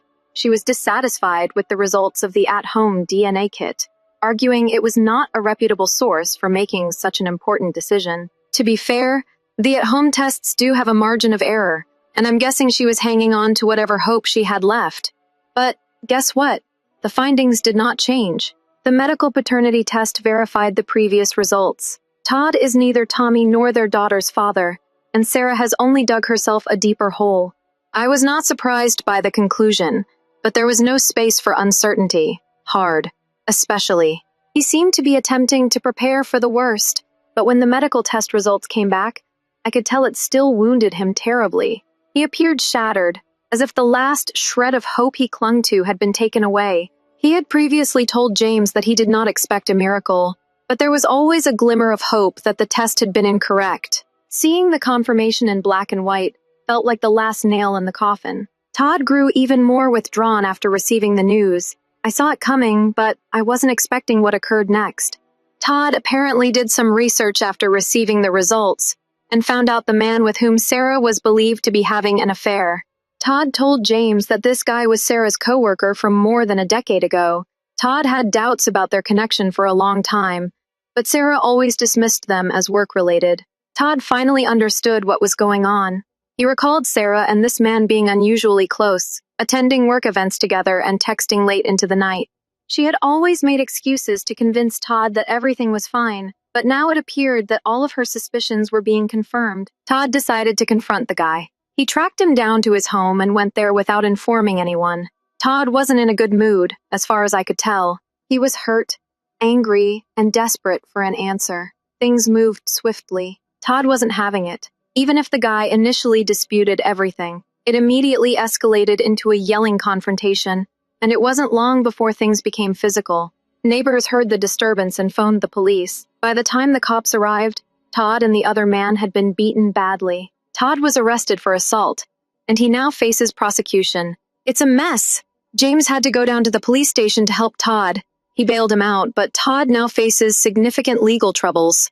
He's claiming that the fight was provoked, but it will be difficult to prove in court. The situation just keeps spiraling out of control, and I can't help but think that all of this is due to Sarah's decision to keep the truth hidden for so long. Todd is disintegrating, and it's awful to see someone who was always so composed fall apart.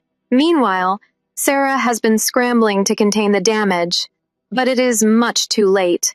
Todd has filed for full custody of the children, citing the affair, paternity testing, and fight as evidence that Sarah is an unsuitable mother. Sarah is in a panic. She is attempting to convince everyone that Todd is the problem, calling him a lunatic maniac and using the fight as proof that he is unstable and dangerous. She's frightened that Todd will take the kids away from her, so she's lashing out at everybody who disagrees with her. The tension between Sarah and Todd is growing by the day. Todd is furious with her for years of deceit, and Sarah is anxious to keep some control over her life, which is disintegrating around her. I can see the toll it's having on both of them, but I'm most concerned about Tommy and their daughter. Howard has been talking about moving out of state with the kids to put some distance between them and Sarah. He believes that a new beginning is what the children require, far distant from the chaos. But I'm not sure I understand his desire to protect children. Removing them from everything they've known could be more harmful than beneficial. And legally, it will be a difficult battle. Sarah, as always, is in complete meltdown mode. She's been contacting me constantly, alternating between pleading for my assistance and accusing me of turning James against her. Managing her mood swings is emotionally exhausting. One minute she's crying for help, claiming she's been wronged, and the next she's ranting about how James and I are involved in some vast conspiracy against her. I wish I didn't feel sympathy for her, but a part of me does. She's certainly spiraling, but I can't deny that she brought it all on herself. It's difficult to watch someone self-destruct, especially when they refuse to accept responsibility for their actions. When I last saw Sarah, she looked like she hadn't slept in days. Her eyes were red and puffy, and she kept saying that everything was falling apart. Todd attempted to take her children away. She denies that her choices are to blame for this mess. She still sees herself as the victim in all of this, which makes it difficult to communicate with her. She's attempting to shift all of the blame to Todd, but anyone who has been paying attention can see that the situation is far more complicated than that. At this point, I don't believe we have any choice but to get involved.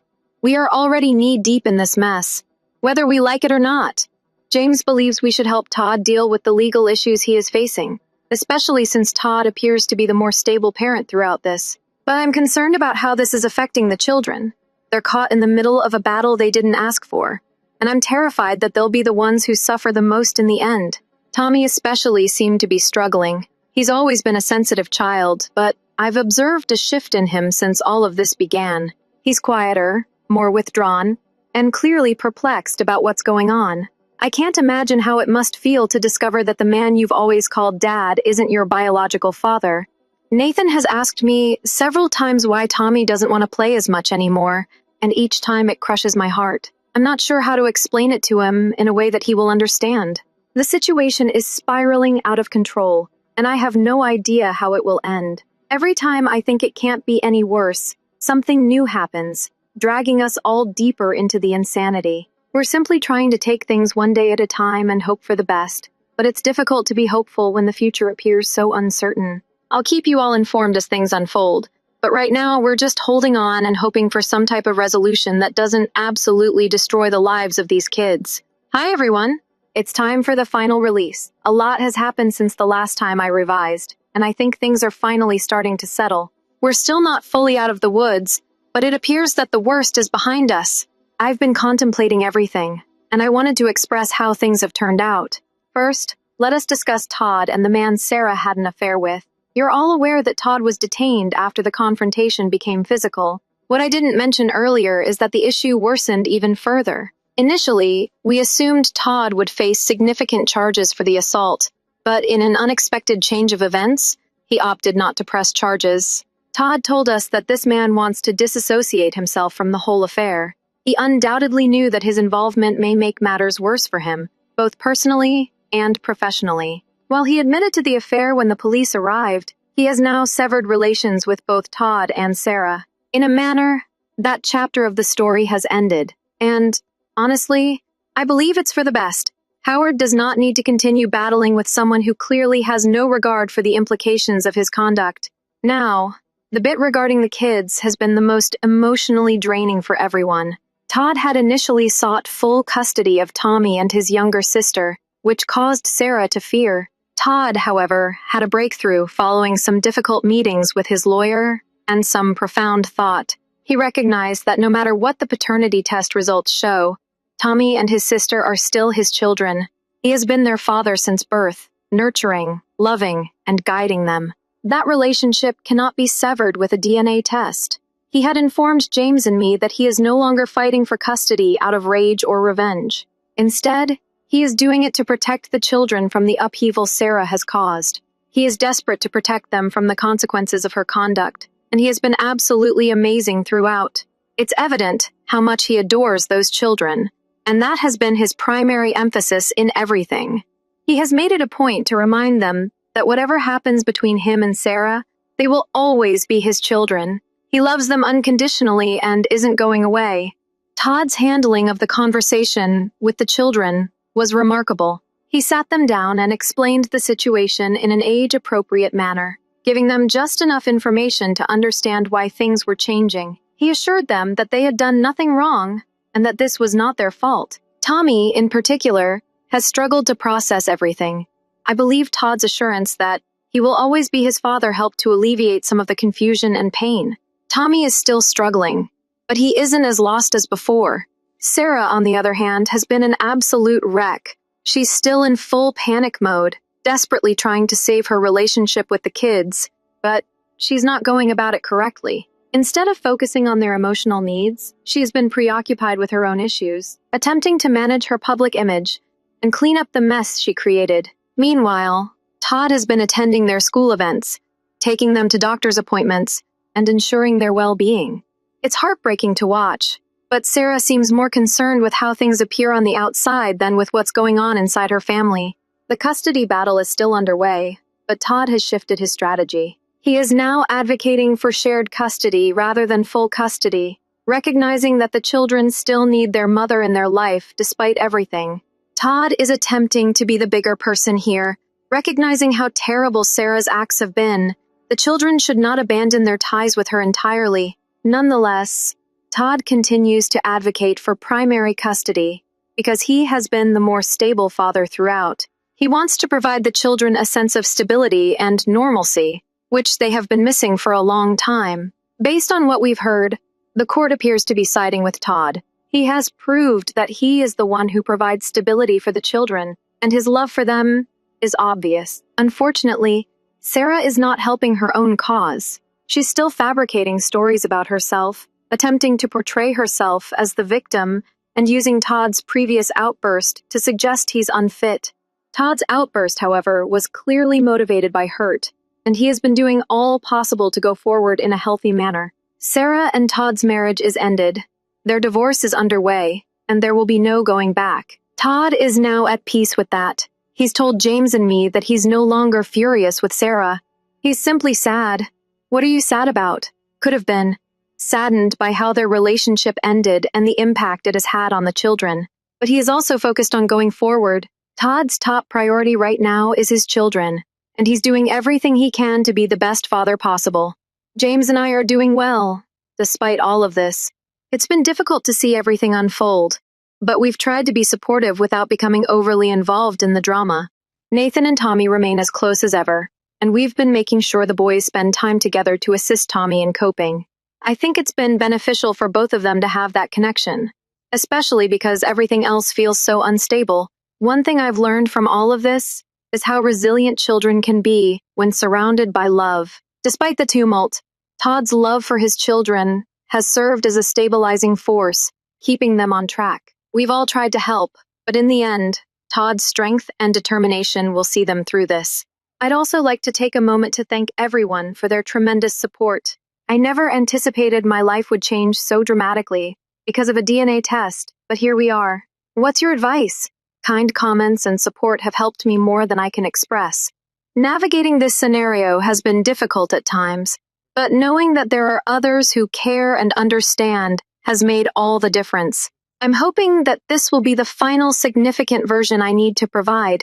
Things are still in motion, but I am hopeful that the worst is behind us. The kids are still surrounded by affection, and that is ultimately what matters. Thank you again for staying with me on this trip. Let's hope the next chapter is one of healing and harmony. Story 4. This story is titled, My Golden Brother Knocked Up. My girlfriend got her pregnant. My parents kicked me out and gave them my grandmother's trust fund for me. However, years later, they are seeking assistance. Hello, everyone. Before we go into today's video, I need your help. We've noticed that the channel is losing traction, and subscribing is one of the best ways you can help us. It's quick, free, and allows us to continue bringing you great content. Your support means everything. Let us keep this channel growing collectively.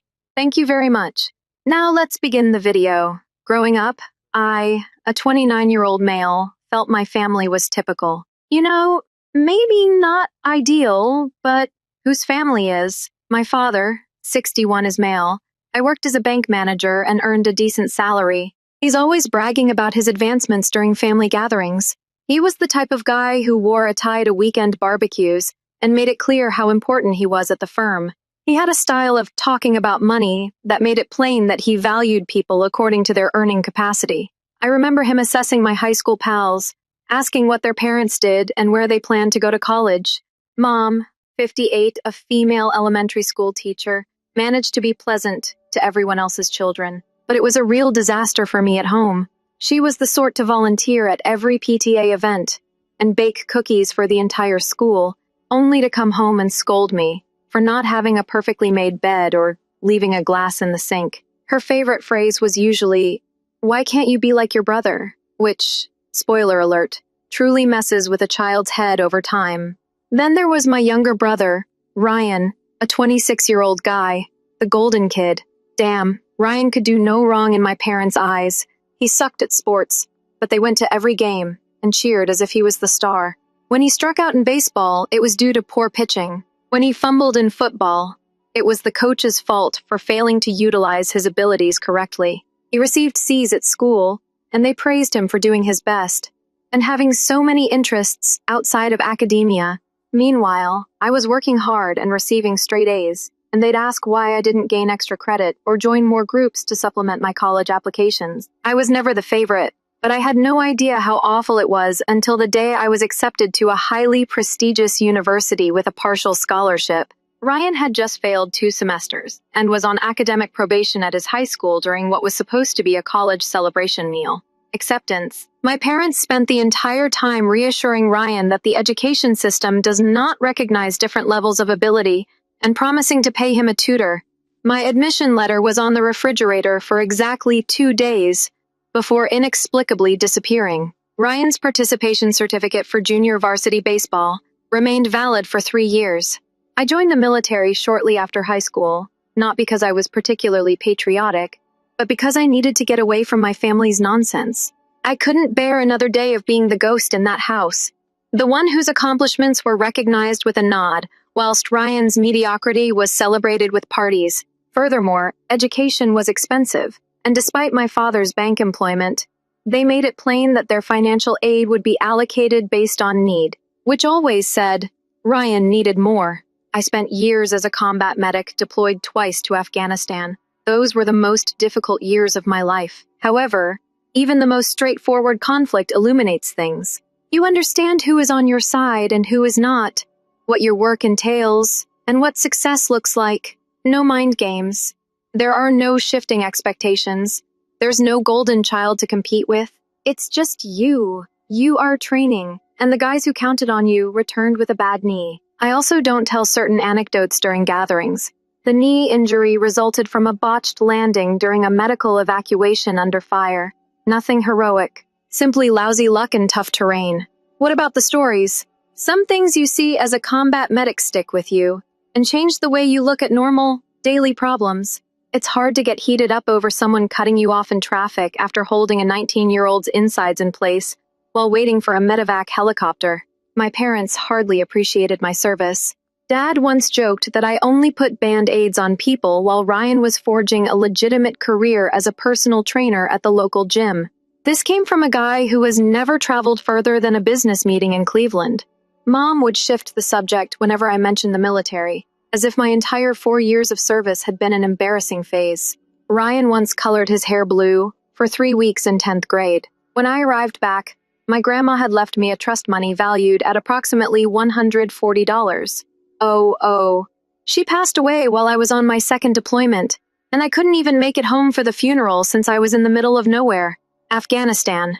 Grandma always saw through my parents' nonsense. She was the only one who ever truly saw me, you know? She'd come to my academic awards ceremonies when my parents were too preoccupied with Ryan's junior varsity baseball practice.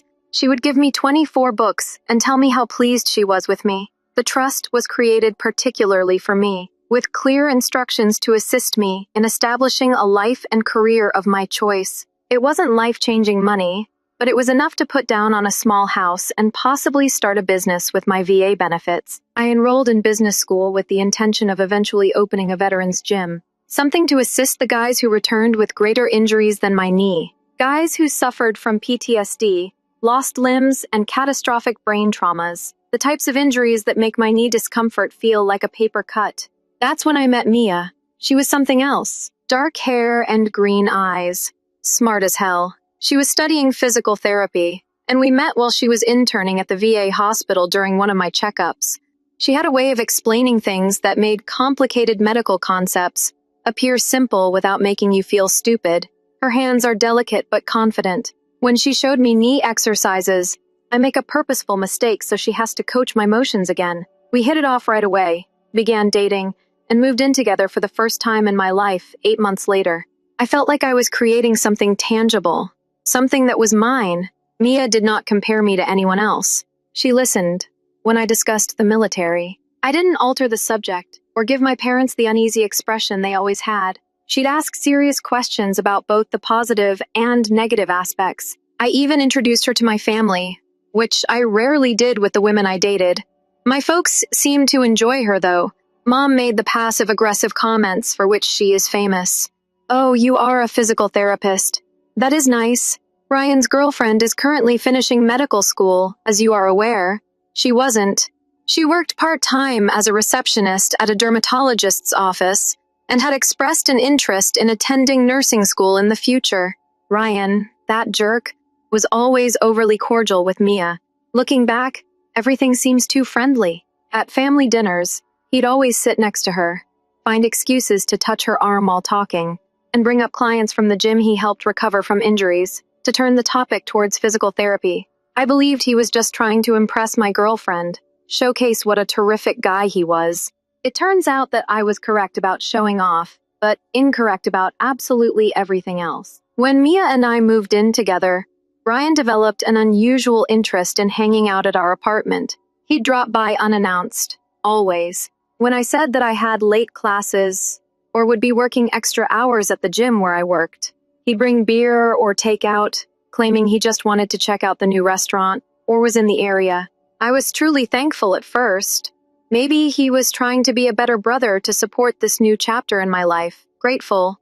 I was quite naive. I had planned to propose to Mia and had the ring ready. Nothing extravagant, but it was all I could afford.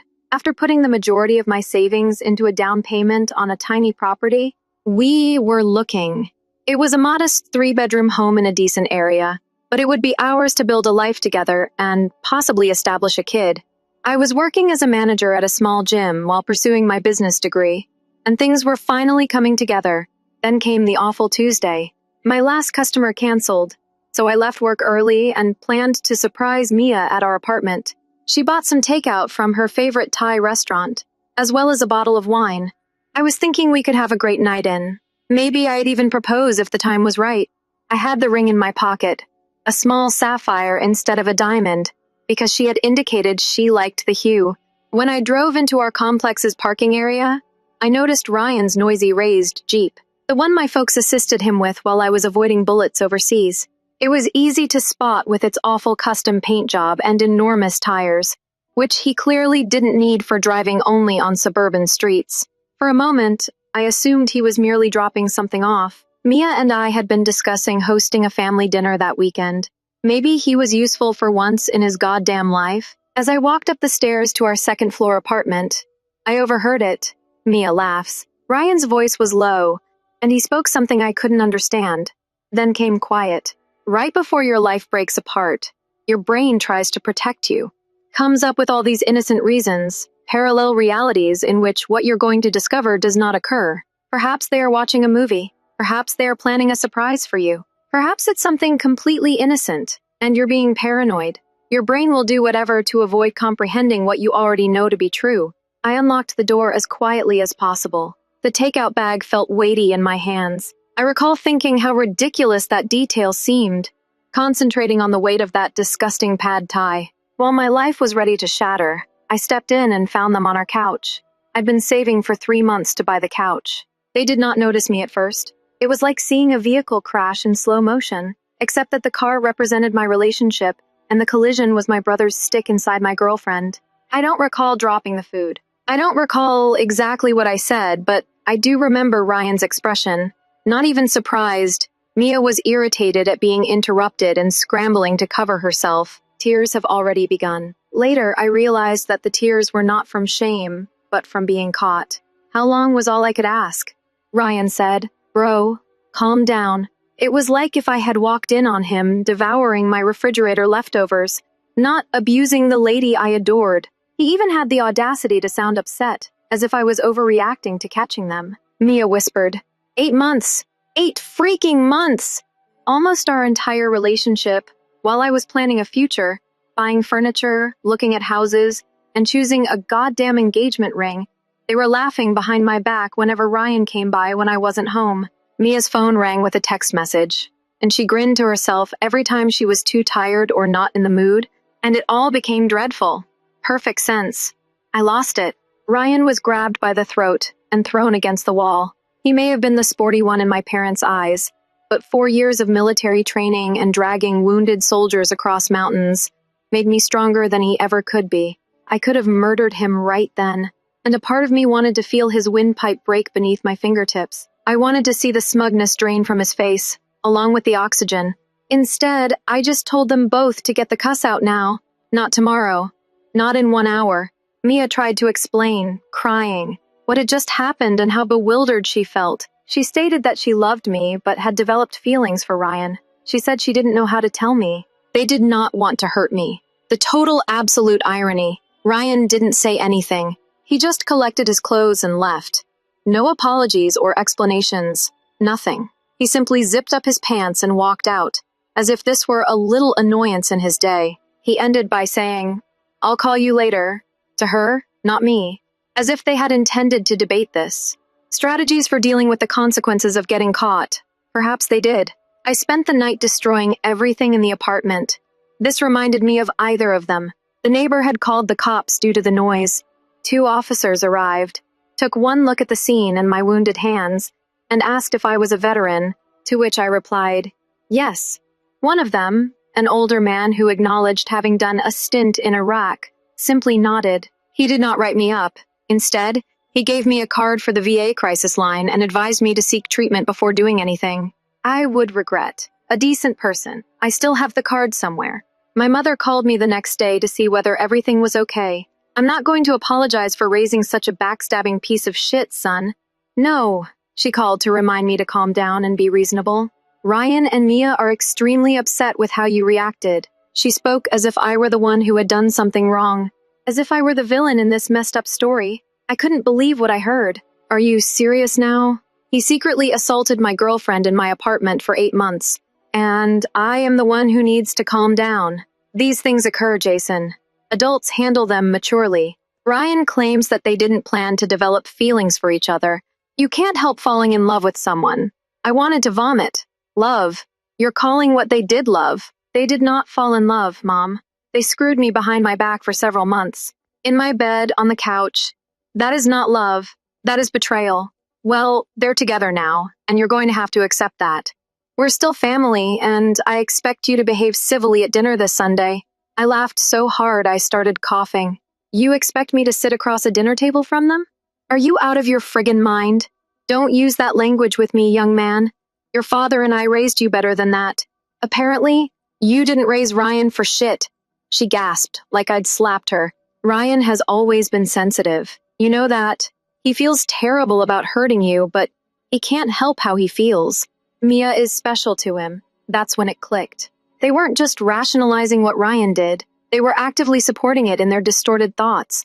Ryan's happiness mattered more than my sorrow, more than basic human decency. And what about how I feel? I asked, my voice dangerously calm now. What about the fact that I was planning to propose to her? That I thought she was the one? There was a pause. You were planning to propose? Well, love, maybe this is for the best. Then, before you made a commitment you'd regret, Mia clearly wasn't the right one for you. If she could develop feelings for Ryan that effortlessly, the mental gymnastics reached an Olympic level. Somehow, in her twisted logic, Mia cheating with Ryan wasn't a reflection on them being awful people, but on me for picking the wrong girlfriend. Do not come to dinner, she continued. Not with that attitude. When you're ready to be an adult about this, we'll welcome you back. I hung up and blocked her phone. The following few days were a haze of wrath and betrayal. My father texted me, stating that my overreaction was pulling the family apart.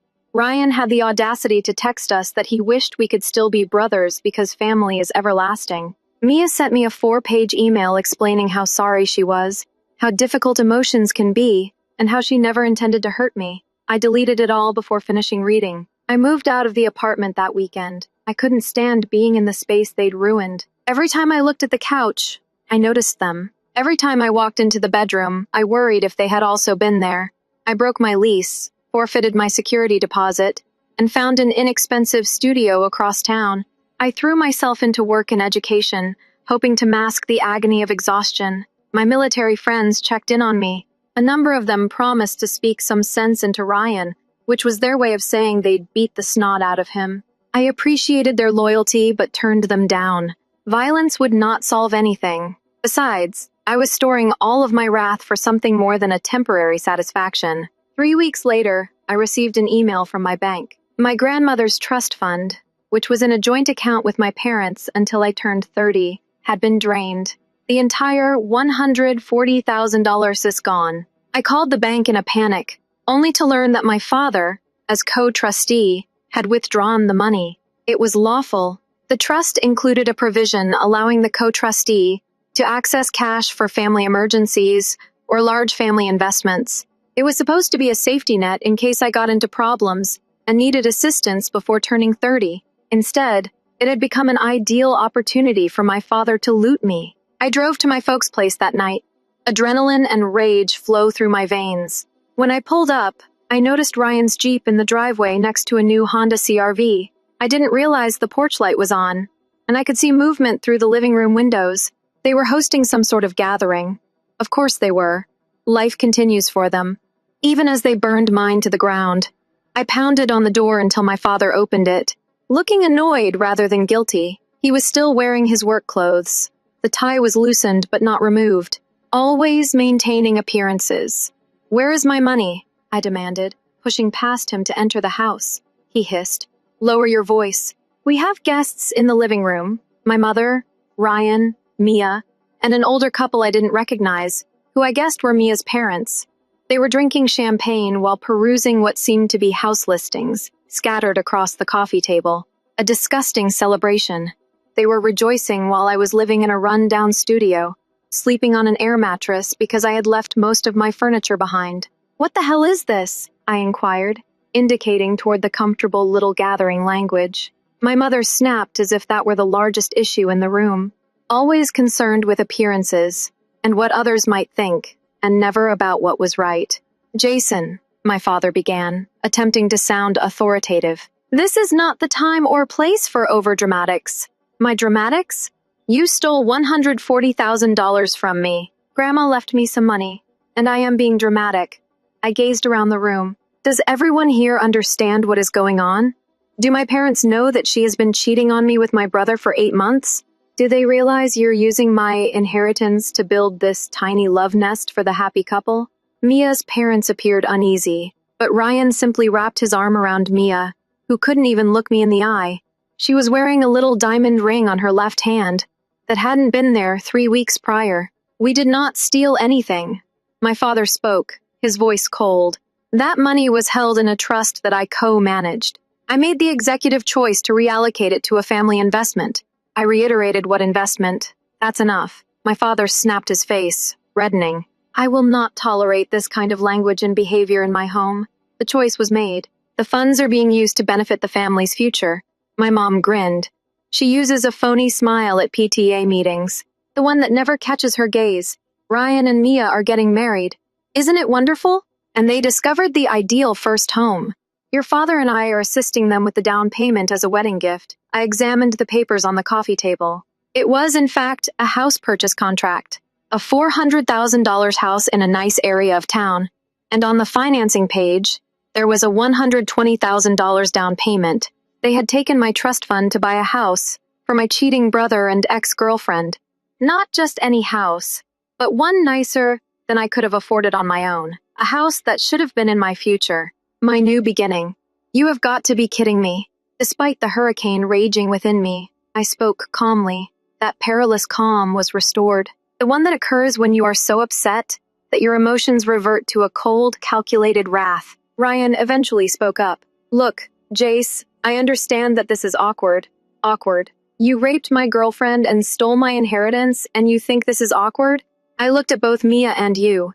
Are you really going through with this? You're going to live in a house purchased with money intended for me. Money from my grandmother, who has never met you. How do you sleep at night? Nobody stole anything. My father intervened. That money was always intended to help both of our sons begin their lives. Ryan and Mia are starting their family. A family. I looked at Mia. Are you pregnant? She nodded with tears in her eyes. 3 months. The math was not difficult to accomplish.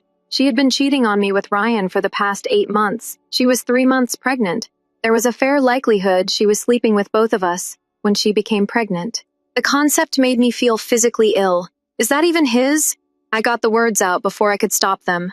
The slap came from nowhere. My mother. Her expression distorted with wrath. How dare you?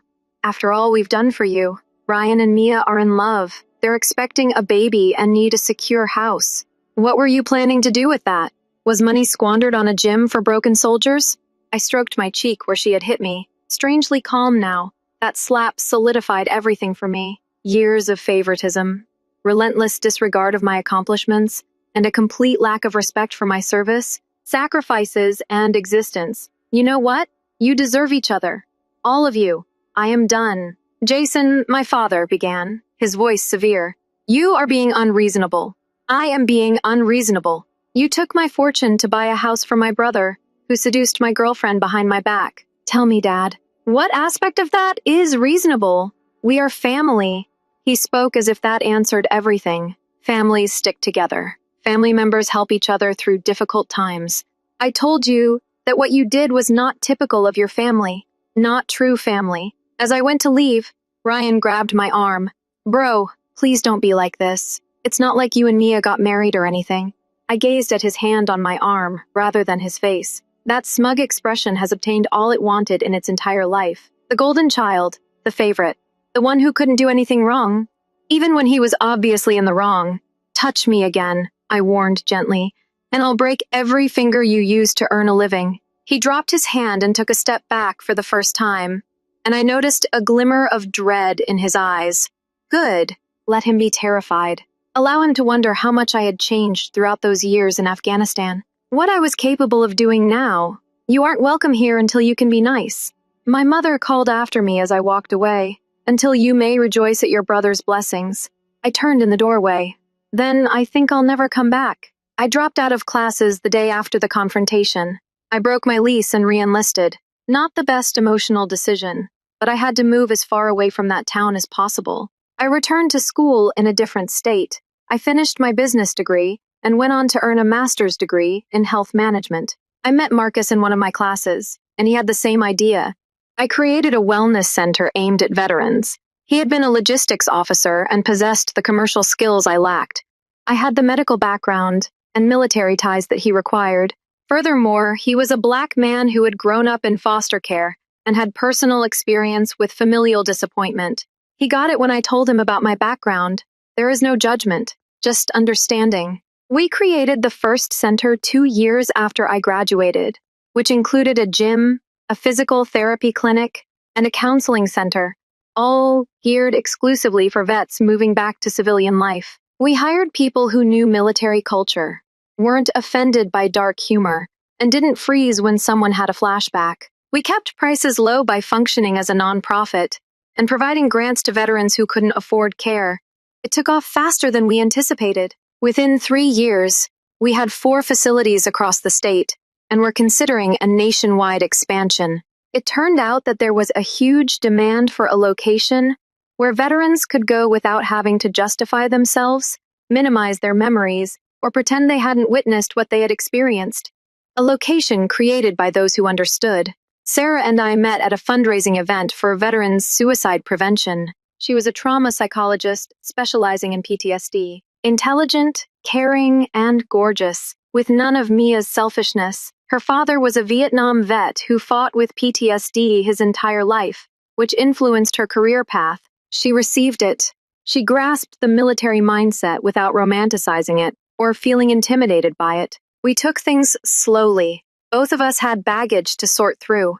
But after a year, I realized she was the one. We moved in together, and 6 months later, I proposed. No drama, no nonsense. Just two folks who respected and liked one another. Creating a life together. The proposal was basic. We were trekking. We arrived at a viewpoint overlooking the city. I told her that for the first time in my life, I felt like I was in the right place with the right person. He got down on one knee and took out a sapphire ring rather than a diamond, because she had previously stated her love for the color. She cried. I said yes. I also sobbed, which startled both of us. We purchased a house jointly. Nothing flashy, but quite pleasant. 3 bedrooms and a great yard. There is enough space to expand into. I paid for it with money that I had earned, not stolen. Every mortgage payment served as a reminder that I had established this life entirely on my own terms, with no assistance from those who should have been the most supportive. I'd done it. I created my own life from scratch, surrounded by individuals that valued me for who I was. Not much I could do for them. I had a purpose, success, love, everything my family had attempted to take from me. I never checked on them. Ryan and I were never thought of as social media users, never drove past the mansion they purchased with my stolen future. As far as I was concerned, they did not exist. I had no family other than the one I was creating for myself, Sarah. Our friends, the veterans we assisted every day, until the day my phone called with an unfamiliar number, and my mother's voice came through the speaker for the first time in 5 years. Jason, please do not hang up. Her voice seemed older and rougher than I remember. I should have hung up right away, but curiosity kept me on the line. That, plus the gratification of knowing she was the one who reached out, rather than the other way around. What do you want? I asked, keeping my tone neutral. It's great to hear your voice. We have missed you so much. Cut the nonsense. Mother, what do you want? She exhaled, letting go of the fake warmth. We need your help. The family is in jeopardy. I don't have a family, I said coldly. Please listen. Things have been difficult. Your dad lost his job 3 years ago. The bank downsized, and at his age, he was unable to find another job. We've been living off his pension, but it isn't enough. It sounds like a personal problem. Jason, please. Ryan and Mia, they are struggling. To the house. She halted herself, probably realizing. Mentioning the house they bought with my money was not a good approach. The house you bought for them? With my trust fund. I finished for her. What happened? Did they not plan for property taxes? It is more intricate than that. Ryan became injured. He can no longer work as a trainer. He tore his rotator cuff. I needed surgery. I developed an analgesic problem. He's gone in and out of rehab twice. I nearly laughed at the irony. The golden child, the athletic one disabled by a sports injury, while the wounded veteran was creating a profitable business. They now have 3 children, she said, and Mia had to stop her job to care for them, while Ryan is behind on his mortgage. And how does this concern me? I asked, still composing an email. Your father and I have done everything we can to support them, but we are also stretched thin. Medical expenditures and rehabilitation fees. It has been a nightmare, and now the bank is threatening to foreclose on their residents. I laughed. I couldn't help it. Let's get this straight. You want me to aid the folks who betrayed me, stole from me, and expelled me from the family? Why should I do that? Because we are blood. She stated it as if it meant anything given what they'd done. Because, despite everything, we are still your family. Family? The first repeated. I've learned a lot about family during the previous 5 years. Real family has your back. Real family values you. Real family does not steal your fortune and give it to the sibling who screwed your girlfriend. We made mistakes, she admits. Her voice crackled. I almost felt something. A small flash of the son who once craved his mother's approval. I instantly squished it. Terrible errors. But we are desperate, Jason. We might lose everything, like I'd lost everything. The girlfriend, the trust fund, and any family support are all gone. She began crying. Then big, dramatic sobs that may have moved me once. The bank is foreclosing on their home. They're moving in with us, but we can barely cover our own expenses. Your father's health is not good. He suffered a mild heart attack last year, and our insurance does not cover all of his prescriptions. We are drowning. And what are you expecting me to do about it? We've seen the articles about your company, she explained. Veteran-specific wellness centers. You are now successful. We are extremely pleased with what you've accomplished. Don't. I shut her off. Don't pretend you had anything to do with my accomplishments. You actively attempted to prevent it. You took money intended to help me start my life and gave it to Ryan. You can't be proud now that I've achieved against. Not because of you. You're correct. You're totally correct. We were mistaken. And we've paid for it every day since your departure. Thank you, Jason. If not for us, consider your nieces and nephews. They are innocent in all of this. This caused me to pause. The children were innocent. This was true. Just like I had been naive when my parents chose favorites and made me feel inferior to Ryan. But they were not my duty. Their parents had made their decisions. Finally, I explained what was about to happen. I am going to hang up. Are you not going to call me again? You made your decision 5 years ago, and now you're dealing with the consequences. This is how life works. Jason, please. Goodbye, Mom. I hung up, my hands shaking slightly. Sarah discovered me on the balcony of our house that evening. Is everything okay? She questioned as she wrapped her arms around me from behind. Her presence quickly calmed her, bringing me back to the reality of the life we'd created together. My mom called. I mentioned that they are in financial problems.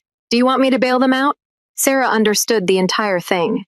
I told her everything early in our relationship because I wanted us to be completely honest with one another.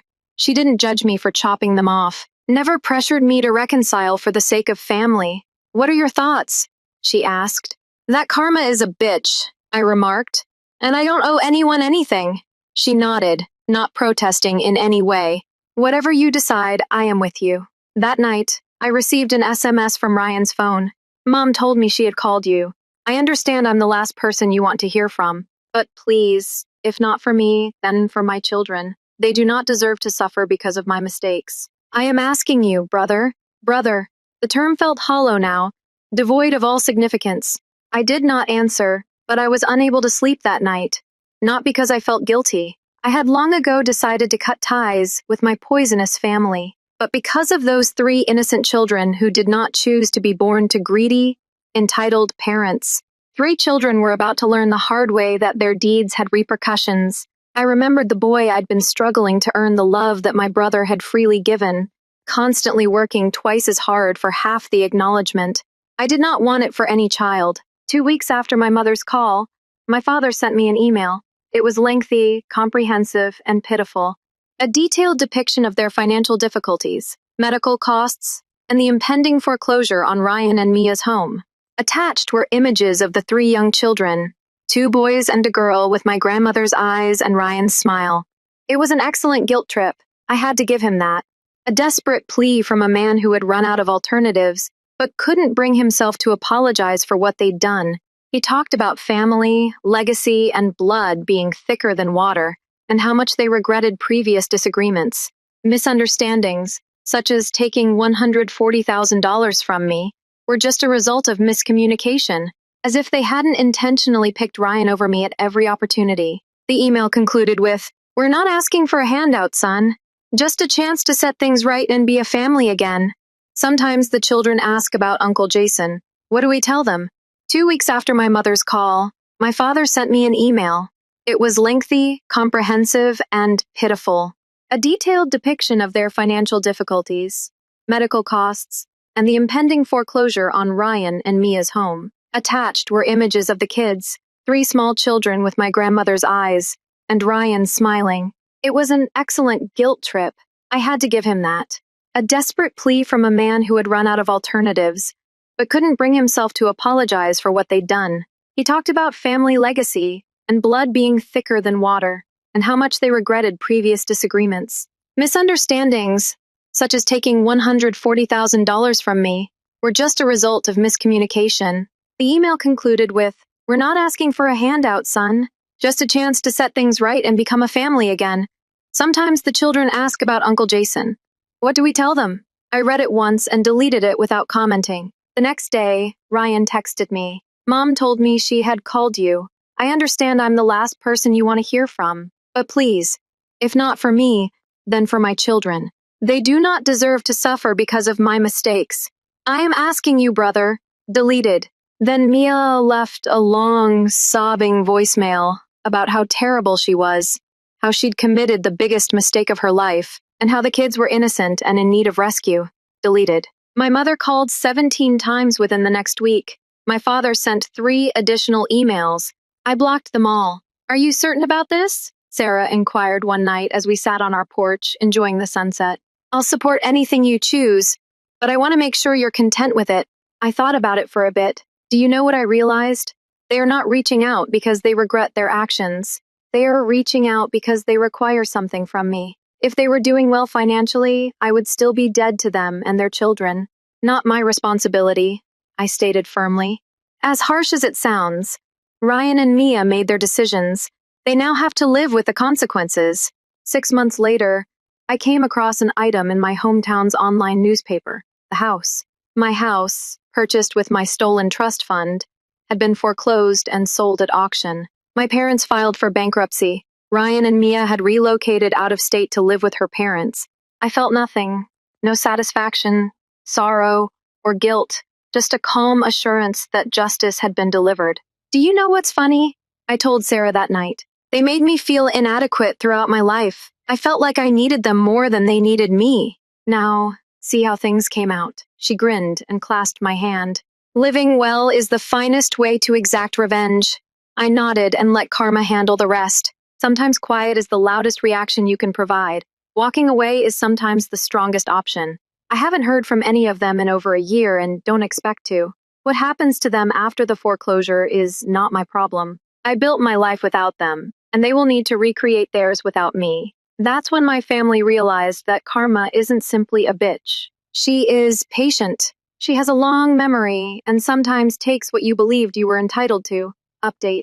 Holy shit. This exploded overnight. Thank you for all of the prizes and comments, including those asking if I'll ever fully forgive them or check on the kids. Probably not. These are not my children. That isn't my family. They made their decision 5 years ago, and I made mine when I failed to reply to their requests for assistance. Does this make me cold? Maybe.